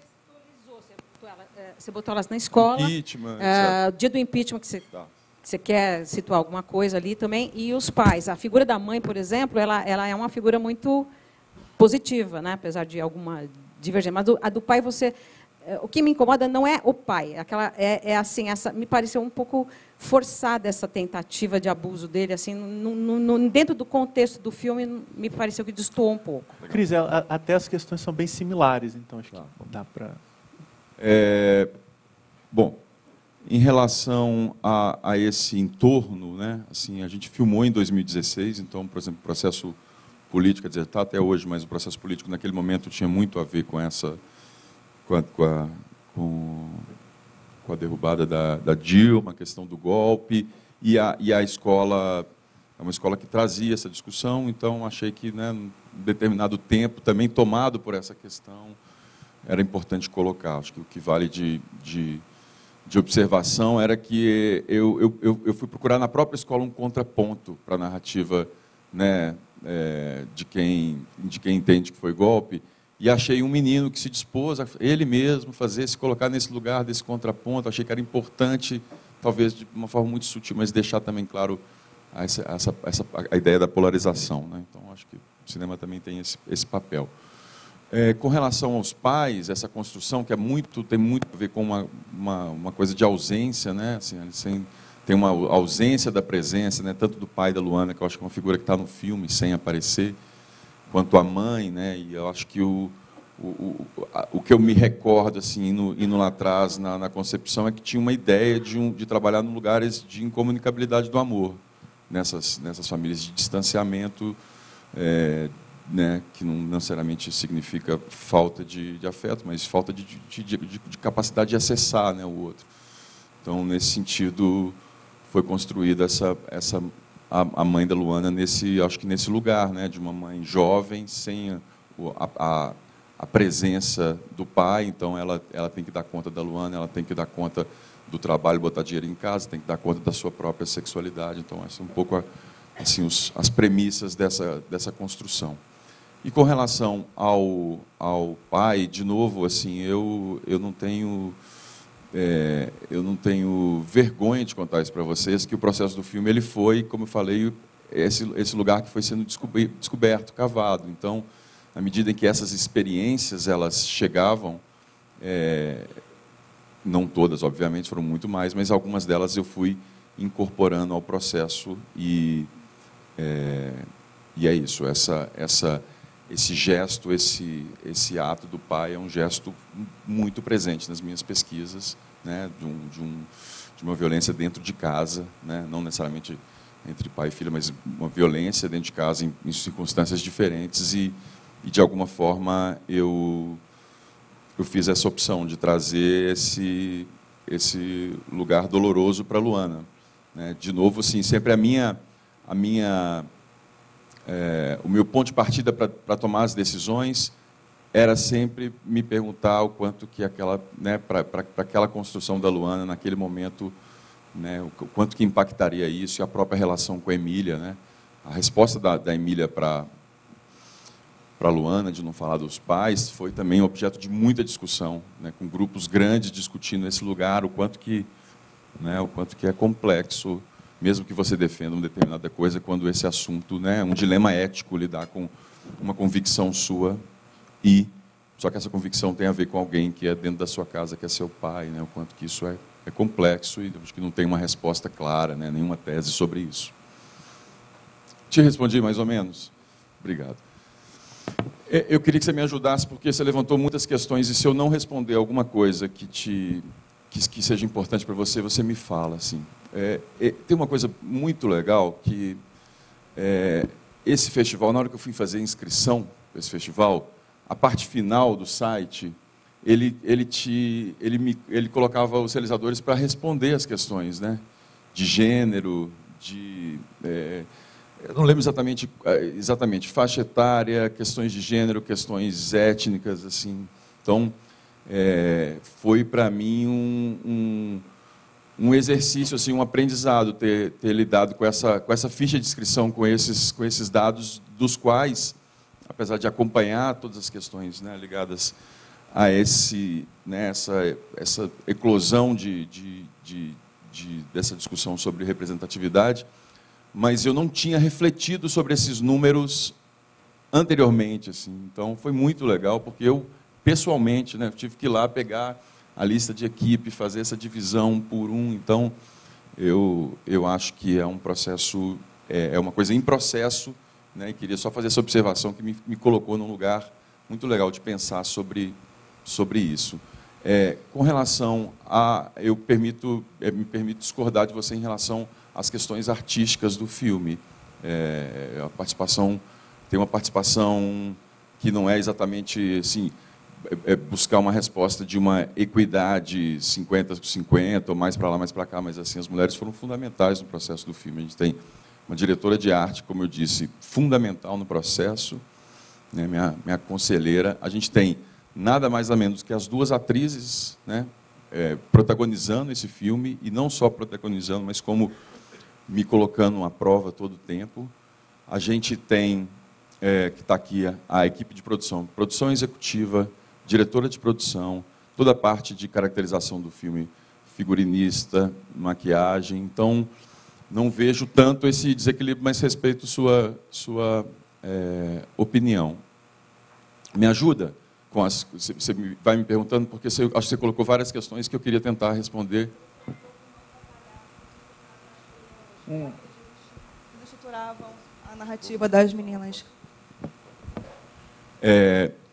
Aí uma opção assim, de novo, premissa, a partir das experiências dessas pesquisas, era tentar, de uma forma que não fosse caricata, colocar o universo masculino num lugar errante, vamos dizer assim. Então, de alguma forma, se você olhar para os personagens masculinos, eles quase todos têm alguma coisa ali, alguma ausência, que foi o que eu encontrei no processo de pesquisa. Mas a opção, na verdade, de novo, eu remeto à questão que eu já falei, a opção era de acompanhar esse trajeto dela. Então, num recorte, né, de espaço e de tempo, às vezes, numa escolha de montagem, são opções que a gente faz, e a minha opção era ficar com ela, era que o filme tivesse essa pulsação e acompanhasse ela, e que esses outros elementos, esses outros corpos, essas outras circunstâncias, elas só atravessassem, mas que a gente não desviasse o nosso foco. Não sei. Não sei se eu sei responder mais que isso, mas é um pouco o que me recorda, assim, esse caminho, essas escolhas. E o suicídio, a viagem do suicídio? Bom, eu cresci assim com com o passar do tempo eu fui ouvindo muito essa ideia de que o suicídio era uma coisa que não podia falar, né? Eu não sei assim vocês, mas eu tinha sempre essa sensação que era um assunto que não podia falar, não podia tocar nele. A gente tem hoje, eu não tenho certeza, tá? Mas a gente tem mais ou menos 800 mil suicídios por ano no mundo. Alguém se mata de 40 em 40 segundos. No Brasil, eu não tenho certeza do número, mas é um número também assustador e crescente. Ontem eu fui, a UNB me convidou para falar um pouquinho do filme lá, e a professora disse que no último mês 13 pessoas se mataram na UNB. 13 alunos. Então, de novo, foi, como acho que a direção do filme como todo, um exercício ético pensar sobre isso, né? Não foi uma decisão aleatória, por mais que, né, você tenha tido essa sensação de que, ai, que delícia esse lugar, quero ir lá beijar a seiva do eucalipto, mas foi um lugar em que assim, foi discutido, pensado, e aí eu fiz uma opção, vou tentar aqui recordar um pouco essas decisões, porque elas não são todas absolutamente racionais, mas vou tentar fazer um pouco esse trajeto. Acho que, fundamentalmente, do ponto de vista do discurso, a minha opção era eu sou, de novo, canceriano, na minha adolescência, eu não passei por eu não sofri nenhuma prática de bullying assim, que tenha me marcado, mas todas as minhas pequenas questões, ou familiares, ou amorosas, elas me pareciam sem solução, né? Eu acho que tem várias vezes, muito obrigado, mestre, várias vezes eu tinha situações das quais se matar poderia ser uma possibilidade, assim, em função de um pequeno drama, de alguma coisa, né? Então, eu acho que a minha estratégia para falar disso, na verdade, era de que uma tentativa que não desse certo, as premissas que não desse certo, e que a gente pudesse, de alguma forma, enxergar a possibilidade de que essa nuvem pudesse se dissipar. Como, em geral, as questões da adolescência se dissipam, né? Ou por elas mesmas, ou porque a gente se transforma. Então, a minha premissa era essa. E aí é isso, assim, construir imagem o que é isso, porque né, assim, o que está para mim ali em jogo, na verdade, é um delírio a partir de uma tomada de um grande número de remédios, também, de novo, pesquisada, amparada por profissionais da área de saúde, né, de quais seriam as reações que essa ingestão de uma quantidade absurda de remédios poderia ocasionar. E um dos caminhos comuns nessas respostas nas pesquisas era esse caminho do delírio. Então, eu optei por, né, encontrar um caminho que tem mais a ver com o delírio exatamente do que com a ruptura da vida, né? Então, e também uma certa elipse de não passar, se ela passou por uma lavagem estomacal, se ela foi para esse lugar, porque, para mim, acho que o meu ponto de partida era realmente poder depois soprar essa nuvem nesse sentido. E aquele lugar foi um lugar que nasceu muito do inconsciente dos processos de ensaio. Não é um lugar imposto pelo roteiro, né? Vou dar um exemplo.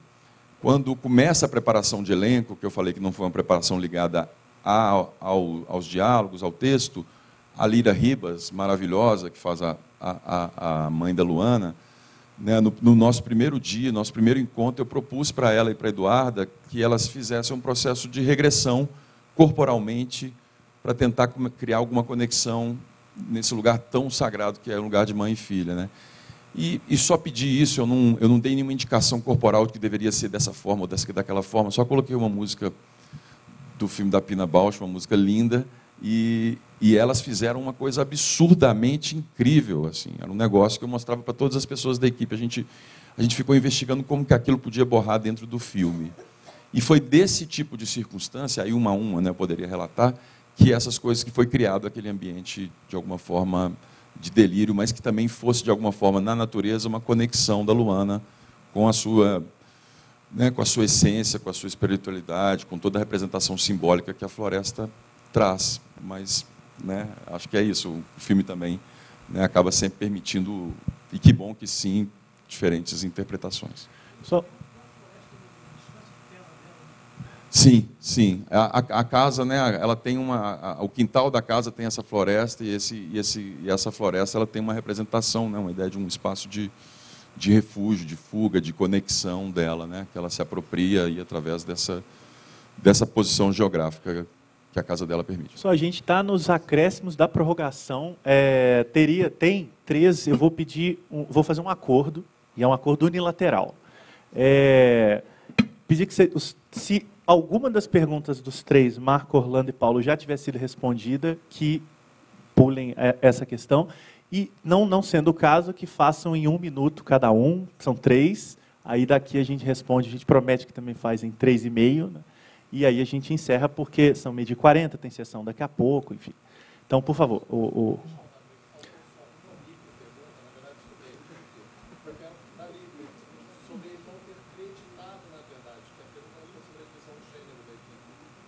Chega, Felipe.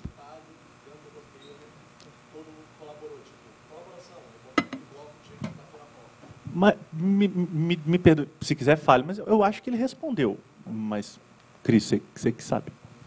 Na verdade, é um processo muito, muito orgânico e de muita gente que atravessou e que muitas dessas contribuições elas não eram exatamente diretas a uma solução de cena ou uma arquitetura de roteiro, né? Então, eu acabei acreditando quem, de alguma forma, atravessou o processo da estrutura dramática do filme, pensou sobre o filme. Essas pessoas elas praticaram um gesto de uma consultoria muito grande em relação ao universo, né? E, claro, eu levava discussões sobre alguma determinada arquitetura de uma cena do ponto de vista ético sobre ela, né? Menos sobre do ponto de vista dramatúrgico, por isso essa opção. Vamos lá? Vou tentar, hein? 1 minuto. A pergunta nasce de um contraponto entre o curta e o longa em relação ao uso de espaço. No curta, ele é todo fechado, sempre, e é muito significativo que alguém de fora enxergue isso de cara em São Paulo, porque é uma cidade totalmente que não gosta do espaço público, que é uma conquista que está sendo feita agora aos poucos. Na questão da limusine, é óbvio, porque você lançou isso de uma notícia, mas o restante não, quer dizer, começa numa cozinha de restaurante, passa para o trem, vai para a limusine e volta para o carro, né? Quer dizer, todos os espaços fechados, como é que você elaborou isso, pensou desde o início, poderia ter sido outras opções, né? Algum local aberto, e em relação ao longa, o Cris queria ouvir também o Abramo, que a Rosário, se a gente falar também que ele é muito discreto, muito modesto, a gente queria ouvi-lo mais. Me parece que, na questão do espaço, o grande achado são locais abertos que têm uma certa feiura a princípio, porque está um pouco naquele não lugar, né, terrenos baldios, alguma coisa em construção, e, em contraponto, a beleza de florestas, que é inacreditável que você tenha uma proximidade, né, numa cidade tão realmente marcante, né, as serras, quando você vê da casa, etc. Eu queria que vocês falassem um pouco sobre isso e, bem rápido, para as 2 meninas. Se no cotidiano de vocês, nas experiências de vocês testemunharam casos que sejam significativos do que foi trabalhado no filme, e especificamente em relação a ser um homem o pivô, né, do grande lance de violência, né, uma violência, isso, porque aqui e ali,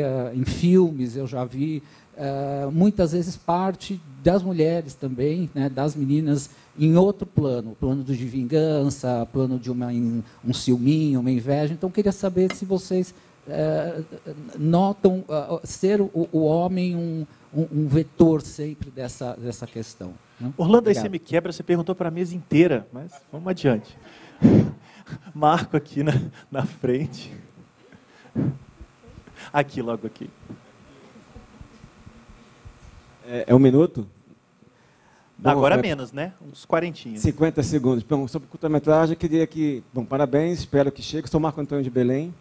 Espero que chegue no Brasil inteiro. Eu sempre falo isso aqui. Curta-metragem é para rodar o Brasil, não só para ficar em festival. Espero que chegue, né? Sobre o filme, Cris, temos algo em comum. Primeiro, somos mineiros. Você é mineiro? Né? E somos cancerianos, então eu sei o que você quer dizer. A gente sofre, né? É um problema, né? Mas vamos lá. Algumas perguntas que eu ia fazer já foram respondidas, mas eu sempre gosto de perguntar para o diretor, enfim, as influências dele. Eu acho que muita coisa já foi dita, eu acho que não era o caso, né? Mas algum diretor, né, o que te fez fazer esse filme, mas que diretores te influenciaram? E para as atrizes, eu acho que foram duas grandes atuações, se vocês tiveram alguma inspiração, também, a mesma pergunta para o diretor, de atriz, algum filme, que com essa temática ou não, que de alguma forma foi um norte para vocês elaborarem o processo de atuação de vocês, que foi muito bom. Menos de um minuto. Perfeito, tempo perfeito. Para fechar, o mineiro, que fala pouco, então está garantido. E, pessoal, eu estou anotando aqui, não entre em pânico, eu vou tentar ajudar a lembrar tudo aqui, tá? A Maria Leite não falou, né, mas ela é a diretora do Quebra-Cabeça de Tarek, né? É um dos 100 melhores filmes de animação, né? Está dentro do livro que a gente lançou, abraçando recentemente, vai ser lançado aqui amanhã, às 7 horas, aqui em Brasília. Ela é a diretora do filme, né? Inclusive a autora está aqui, coincidentemente, a autora do seu texto, a Suiene. Mas então, são dois filmes que de certa forma provocam essa questão do olhar feminino, né, diante do mundo, né? Passam por acho que a esperança, de certa forma, passa por esse olhar feminino no olhar, né, para o mundo. Para o Cris, queria perguntar também, ele falou de várias camadas aí, né, a camada política, o filme tangencia outras também, entre elas a geográfica. Eu queria que ele falasse qual o local, né, onde que ele filmou, onde que são aquelas casas. É mais ou menos que o Orlando tocou, né, que a gente vê ali um conflito social também, a partir daquela geografia, né, de Belo Horizonte. É isso. 30 segundos. Perfeito. Aí, então, vou organizando aqui para a gente ser bastante otimizadores.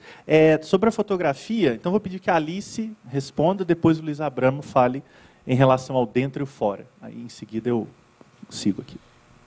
O filme, a gente conversou muito sobre uma coisa que muito presente no filme, das violências diárias. Assim, era um norte nosso da gente tentar trabalhar essas coisas que acontecem, que às vezes passam desapercebidas, da coisa de parar, quando talvez parar mesmo. Esse trem devia ter parado, sabe? Não seguido. Então, a gente conversou muito disso, e isso norteou muito uma questão do enclausuramento das coisas. Da gente querer botar elas... É isso, eu sou mineira, moro em São Paulo há 10 anos, e eu continuo morando lá, mas a cidade me oprime, é claro. É difícil. E é isso, é difícil. Foi uma ideia de tentar pensar nessas violências diárias, essa falta de liberdade. A cozinha a gente tentou filmar através de vidro também, para mostrar esse meio um aquário, o trem muito fechado, os rostos, por uma questão de uma sensação de aprisionamento, eu sinto, assim, que eu acho que é também uma violência diária muito forte nessas grandes metrópoles, assim. Acho que é um pouco isso, não sei se te respondi. Só uma... Vou ser bem breve. Tem uma coisa também que eu acho engraçado você falar isso, do filme parecer ser muito fechado, mas o único espaço realmente fechado que ele é filmado é a cozinha, assim. Querendo ou não, depois tem um plano bem grande da rua, bem aberto, assim, e uma sequência inteira na rua. Aquela estação de trem, ela é semi-aberta, ela não é subterrânea, muita gente acha que é um metrô, mas é um trem na superfície. E os carros, então, eles estão nas ruas, então, são espaços públicos muito enclausurados, sabe? Eu acho que a Ana, e junto com a Alice, deram conta um pouco de mostrar essa opressão, assim, de corpos que estão esmagados num espaço público que é aberto, mas a sensação é sempre de estar muito preso, assim, de não ter muito para onde fugir. Luiz Abramo, sobre a fotografia. Antes de passar para o Luiz, só a minha rápida impressão sobre o lugar, que é o Jardim Canadá, e a rima, né? Eu lembro do primeiro dia que eu levei o Luiz lá, muito antes de filmar, era que é um bairro em Nova Lima, Grande Belo Horizonte, e que é um bairro muito híbrido, em processo, um bairro que não está pronto. Então, ele tem desde coisas industriais até residência, até essa questão dessa reserva florestal que tem ali. Então, esse lugar em transformação, eu achei que era uma boa rima com a história da Luana. Eu acho assim que rima também com a própria casa da Emília, né, que fica no mesmo eixo, né? Praticamente eles poderiam ir pegar o ônibus de verdade, até de bicicleta, e mostra praticamente o contraste, né? O contraste dos dois bairros. Os dois têm serra, né? Os dois moram em casas, e eu achei muito interessante, assim, quando o Cris me levou lá, eu fiquei muito impressionado com esse bairro Jardim Canaã. Falei, poxa, isso é uma locação incrível pelas cores deles, né? Eu tenho a terra, o vermelho com o verde, tem aquele campo de futebol, ele realmente existe do lado, assim, e a gente deu a sorte de ter a névoa, assim, de ter as chuvas, e a gente estava assim, realmente, tudo corroborou para a gente criar um ambiente ali, né? Eu acho que tem essa coisa mineira também, que é o amor ali, não sei, a natureza, sabe? Assim, acho que quando ela vai para o suicídio, eu interpreto assim, eu acho um filme muito mineiro, assim, porque ela vai encontrar, sabe, a mata dela, a serra, sabe? Eu acho que tem esse apego. Eu sou carioca, mas estou sempre em Minas, tenho um amor muito grande por Minas Gerais, Belo Horizonte, gosto muito. E sempre vejo isso, que lá tem, não sei, acho que tem uma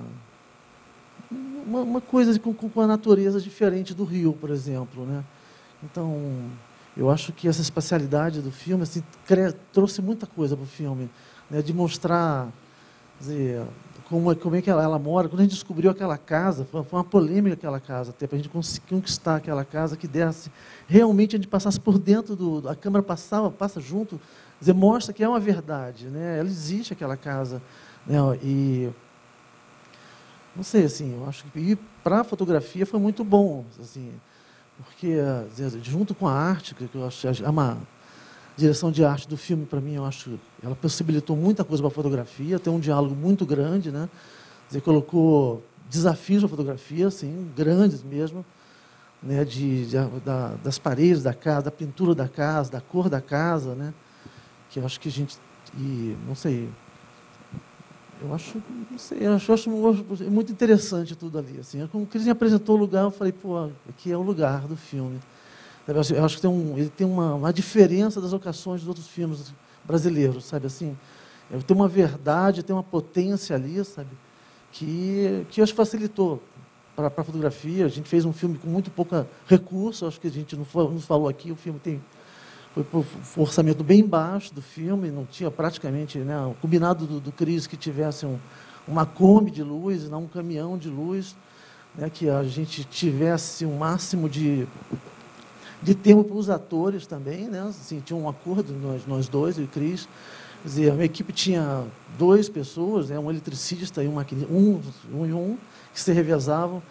Então, assim, eu acho que esse filme tem não sei, uma união, uma unidade dentro do filme, que eu acho que o Cris conseguiu trazer para o filme, né? Uma turma, uma galera, uns amigos que possibilitou, não sei, tem uma visualidade muito interessante o filme. Eu particularmente gosto muito do filme, assim. E eu acho que a geografia do filme é fundamental ali, sabe? Ser verdadeiro, tudo que a gente filmou, aquele lugar ser verdadeiro, as cores são verdadeiras, o verde, o vermelho da terra. Não sei, eu acho que... Não sei se respondi, mas acho que é isso, sim. Por favor. Obrigado, Luiz. De lá para cá, a gente faz na sequência mesmo. A Ana e a Eduarda têm respostas sobre experiências que tenham vivenciado em relação às situações do filme e inspirações, imagino que de cinema, né? E depois o Cris responde sobre as inspirações ou influências também. E a gente fecha com a Maria e o seu quebra-cabeça, de Tarek. Sobre homens serem estopim para traumas e etc., eu acho que sim, mas é muito complexo. Tipo, as relações seres humanos são muito loucos, né? Assim, mas existe uma estrutura machista muito forte que, tipo, massacra a gente com coisas muito pequenas, de tudo, assim. né? Desde silenciamento, abusos, etc. Coisas pequenas mesmo, de não levar a sério e tal. Mas o sofrimento. E eu acho que é delicado mesmo, assim, relação homem-mulher. É foda, tipo, eu vejo nas minhas relações que existe uma certa irresponsabilidade, sabe? E pouca autocrítica, assim. Mas é isso, tipo assim, seres humanos são muito loucos e complexos e existe um sistema muito forte de opressão e é isso. É Orlando?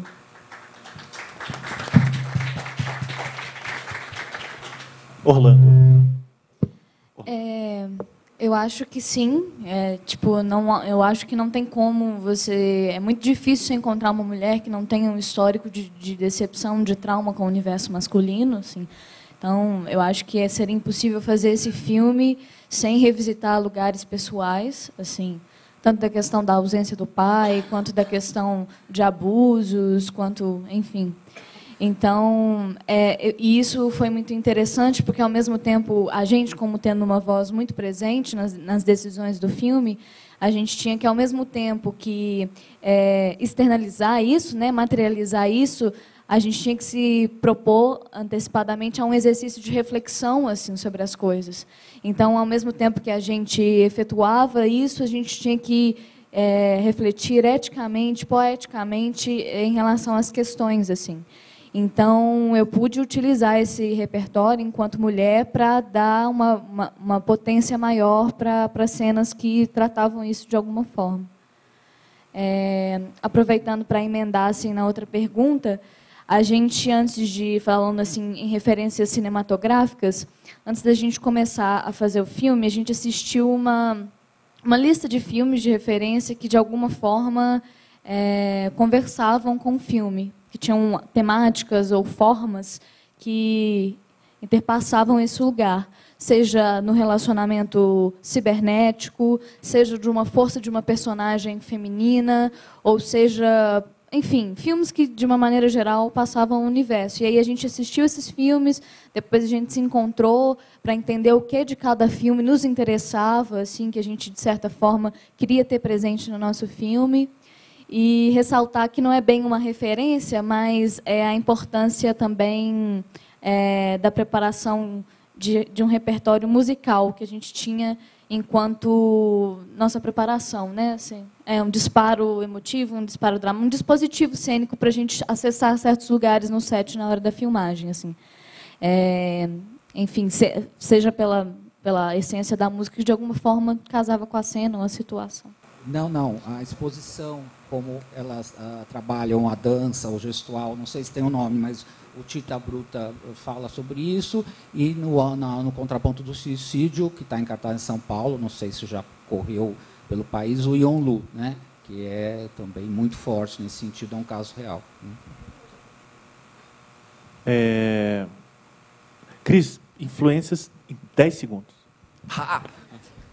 É só listar, 10 segundos? É só listar os filmes que você passou para o pessoal. Não, acho que o filme mais marcante desse processo, do filme, para mim, dessa lista que eu preparei para elas, e a gente assistia, não só com elas, mas com a equipe toda, a gente acabava a semana nossa de preparação sempre assistindo um filme junto e tomando um suquinho, era o Fish Tank, que é um filme que tinha que tinha né, assim, de alguma forma eu acho que ele trazia ele fez provocações para a gente. A realização dele provocou a nossa realização.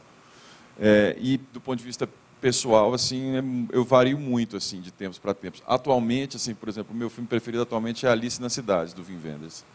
É um filme que eu gosto muito, mas também, né, gosto muito de Glauber, né?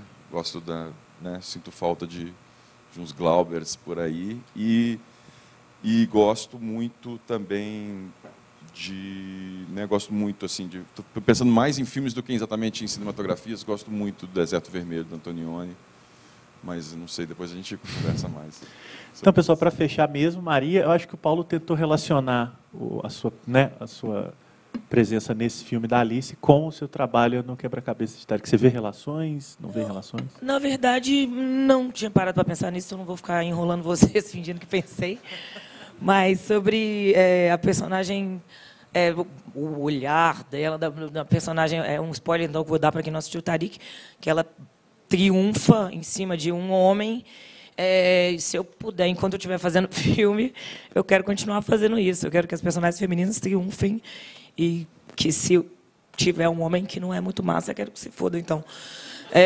Mas é isso. Não consigo fazer um paralelo junto com o filme da Alice, mas eu consigo só trazer essa minha visão do que a gente tem que fazer, do que a gente tem que fazer, o que a gente sente, né? Sei lá. Acho que é isso, bem rapidinho, né? Perfeito, Maria. Gente, obrigado a todo mundo aqui pela presença. Até amanhã.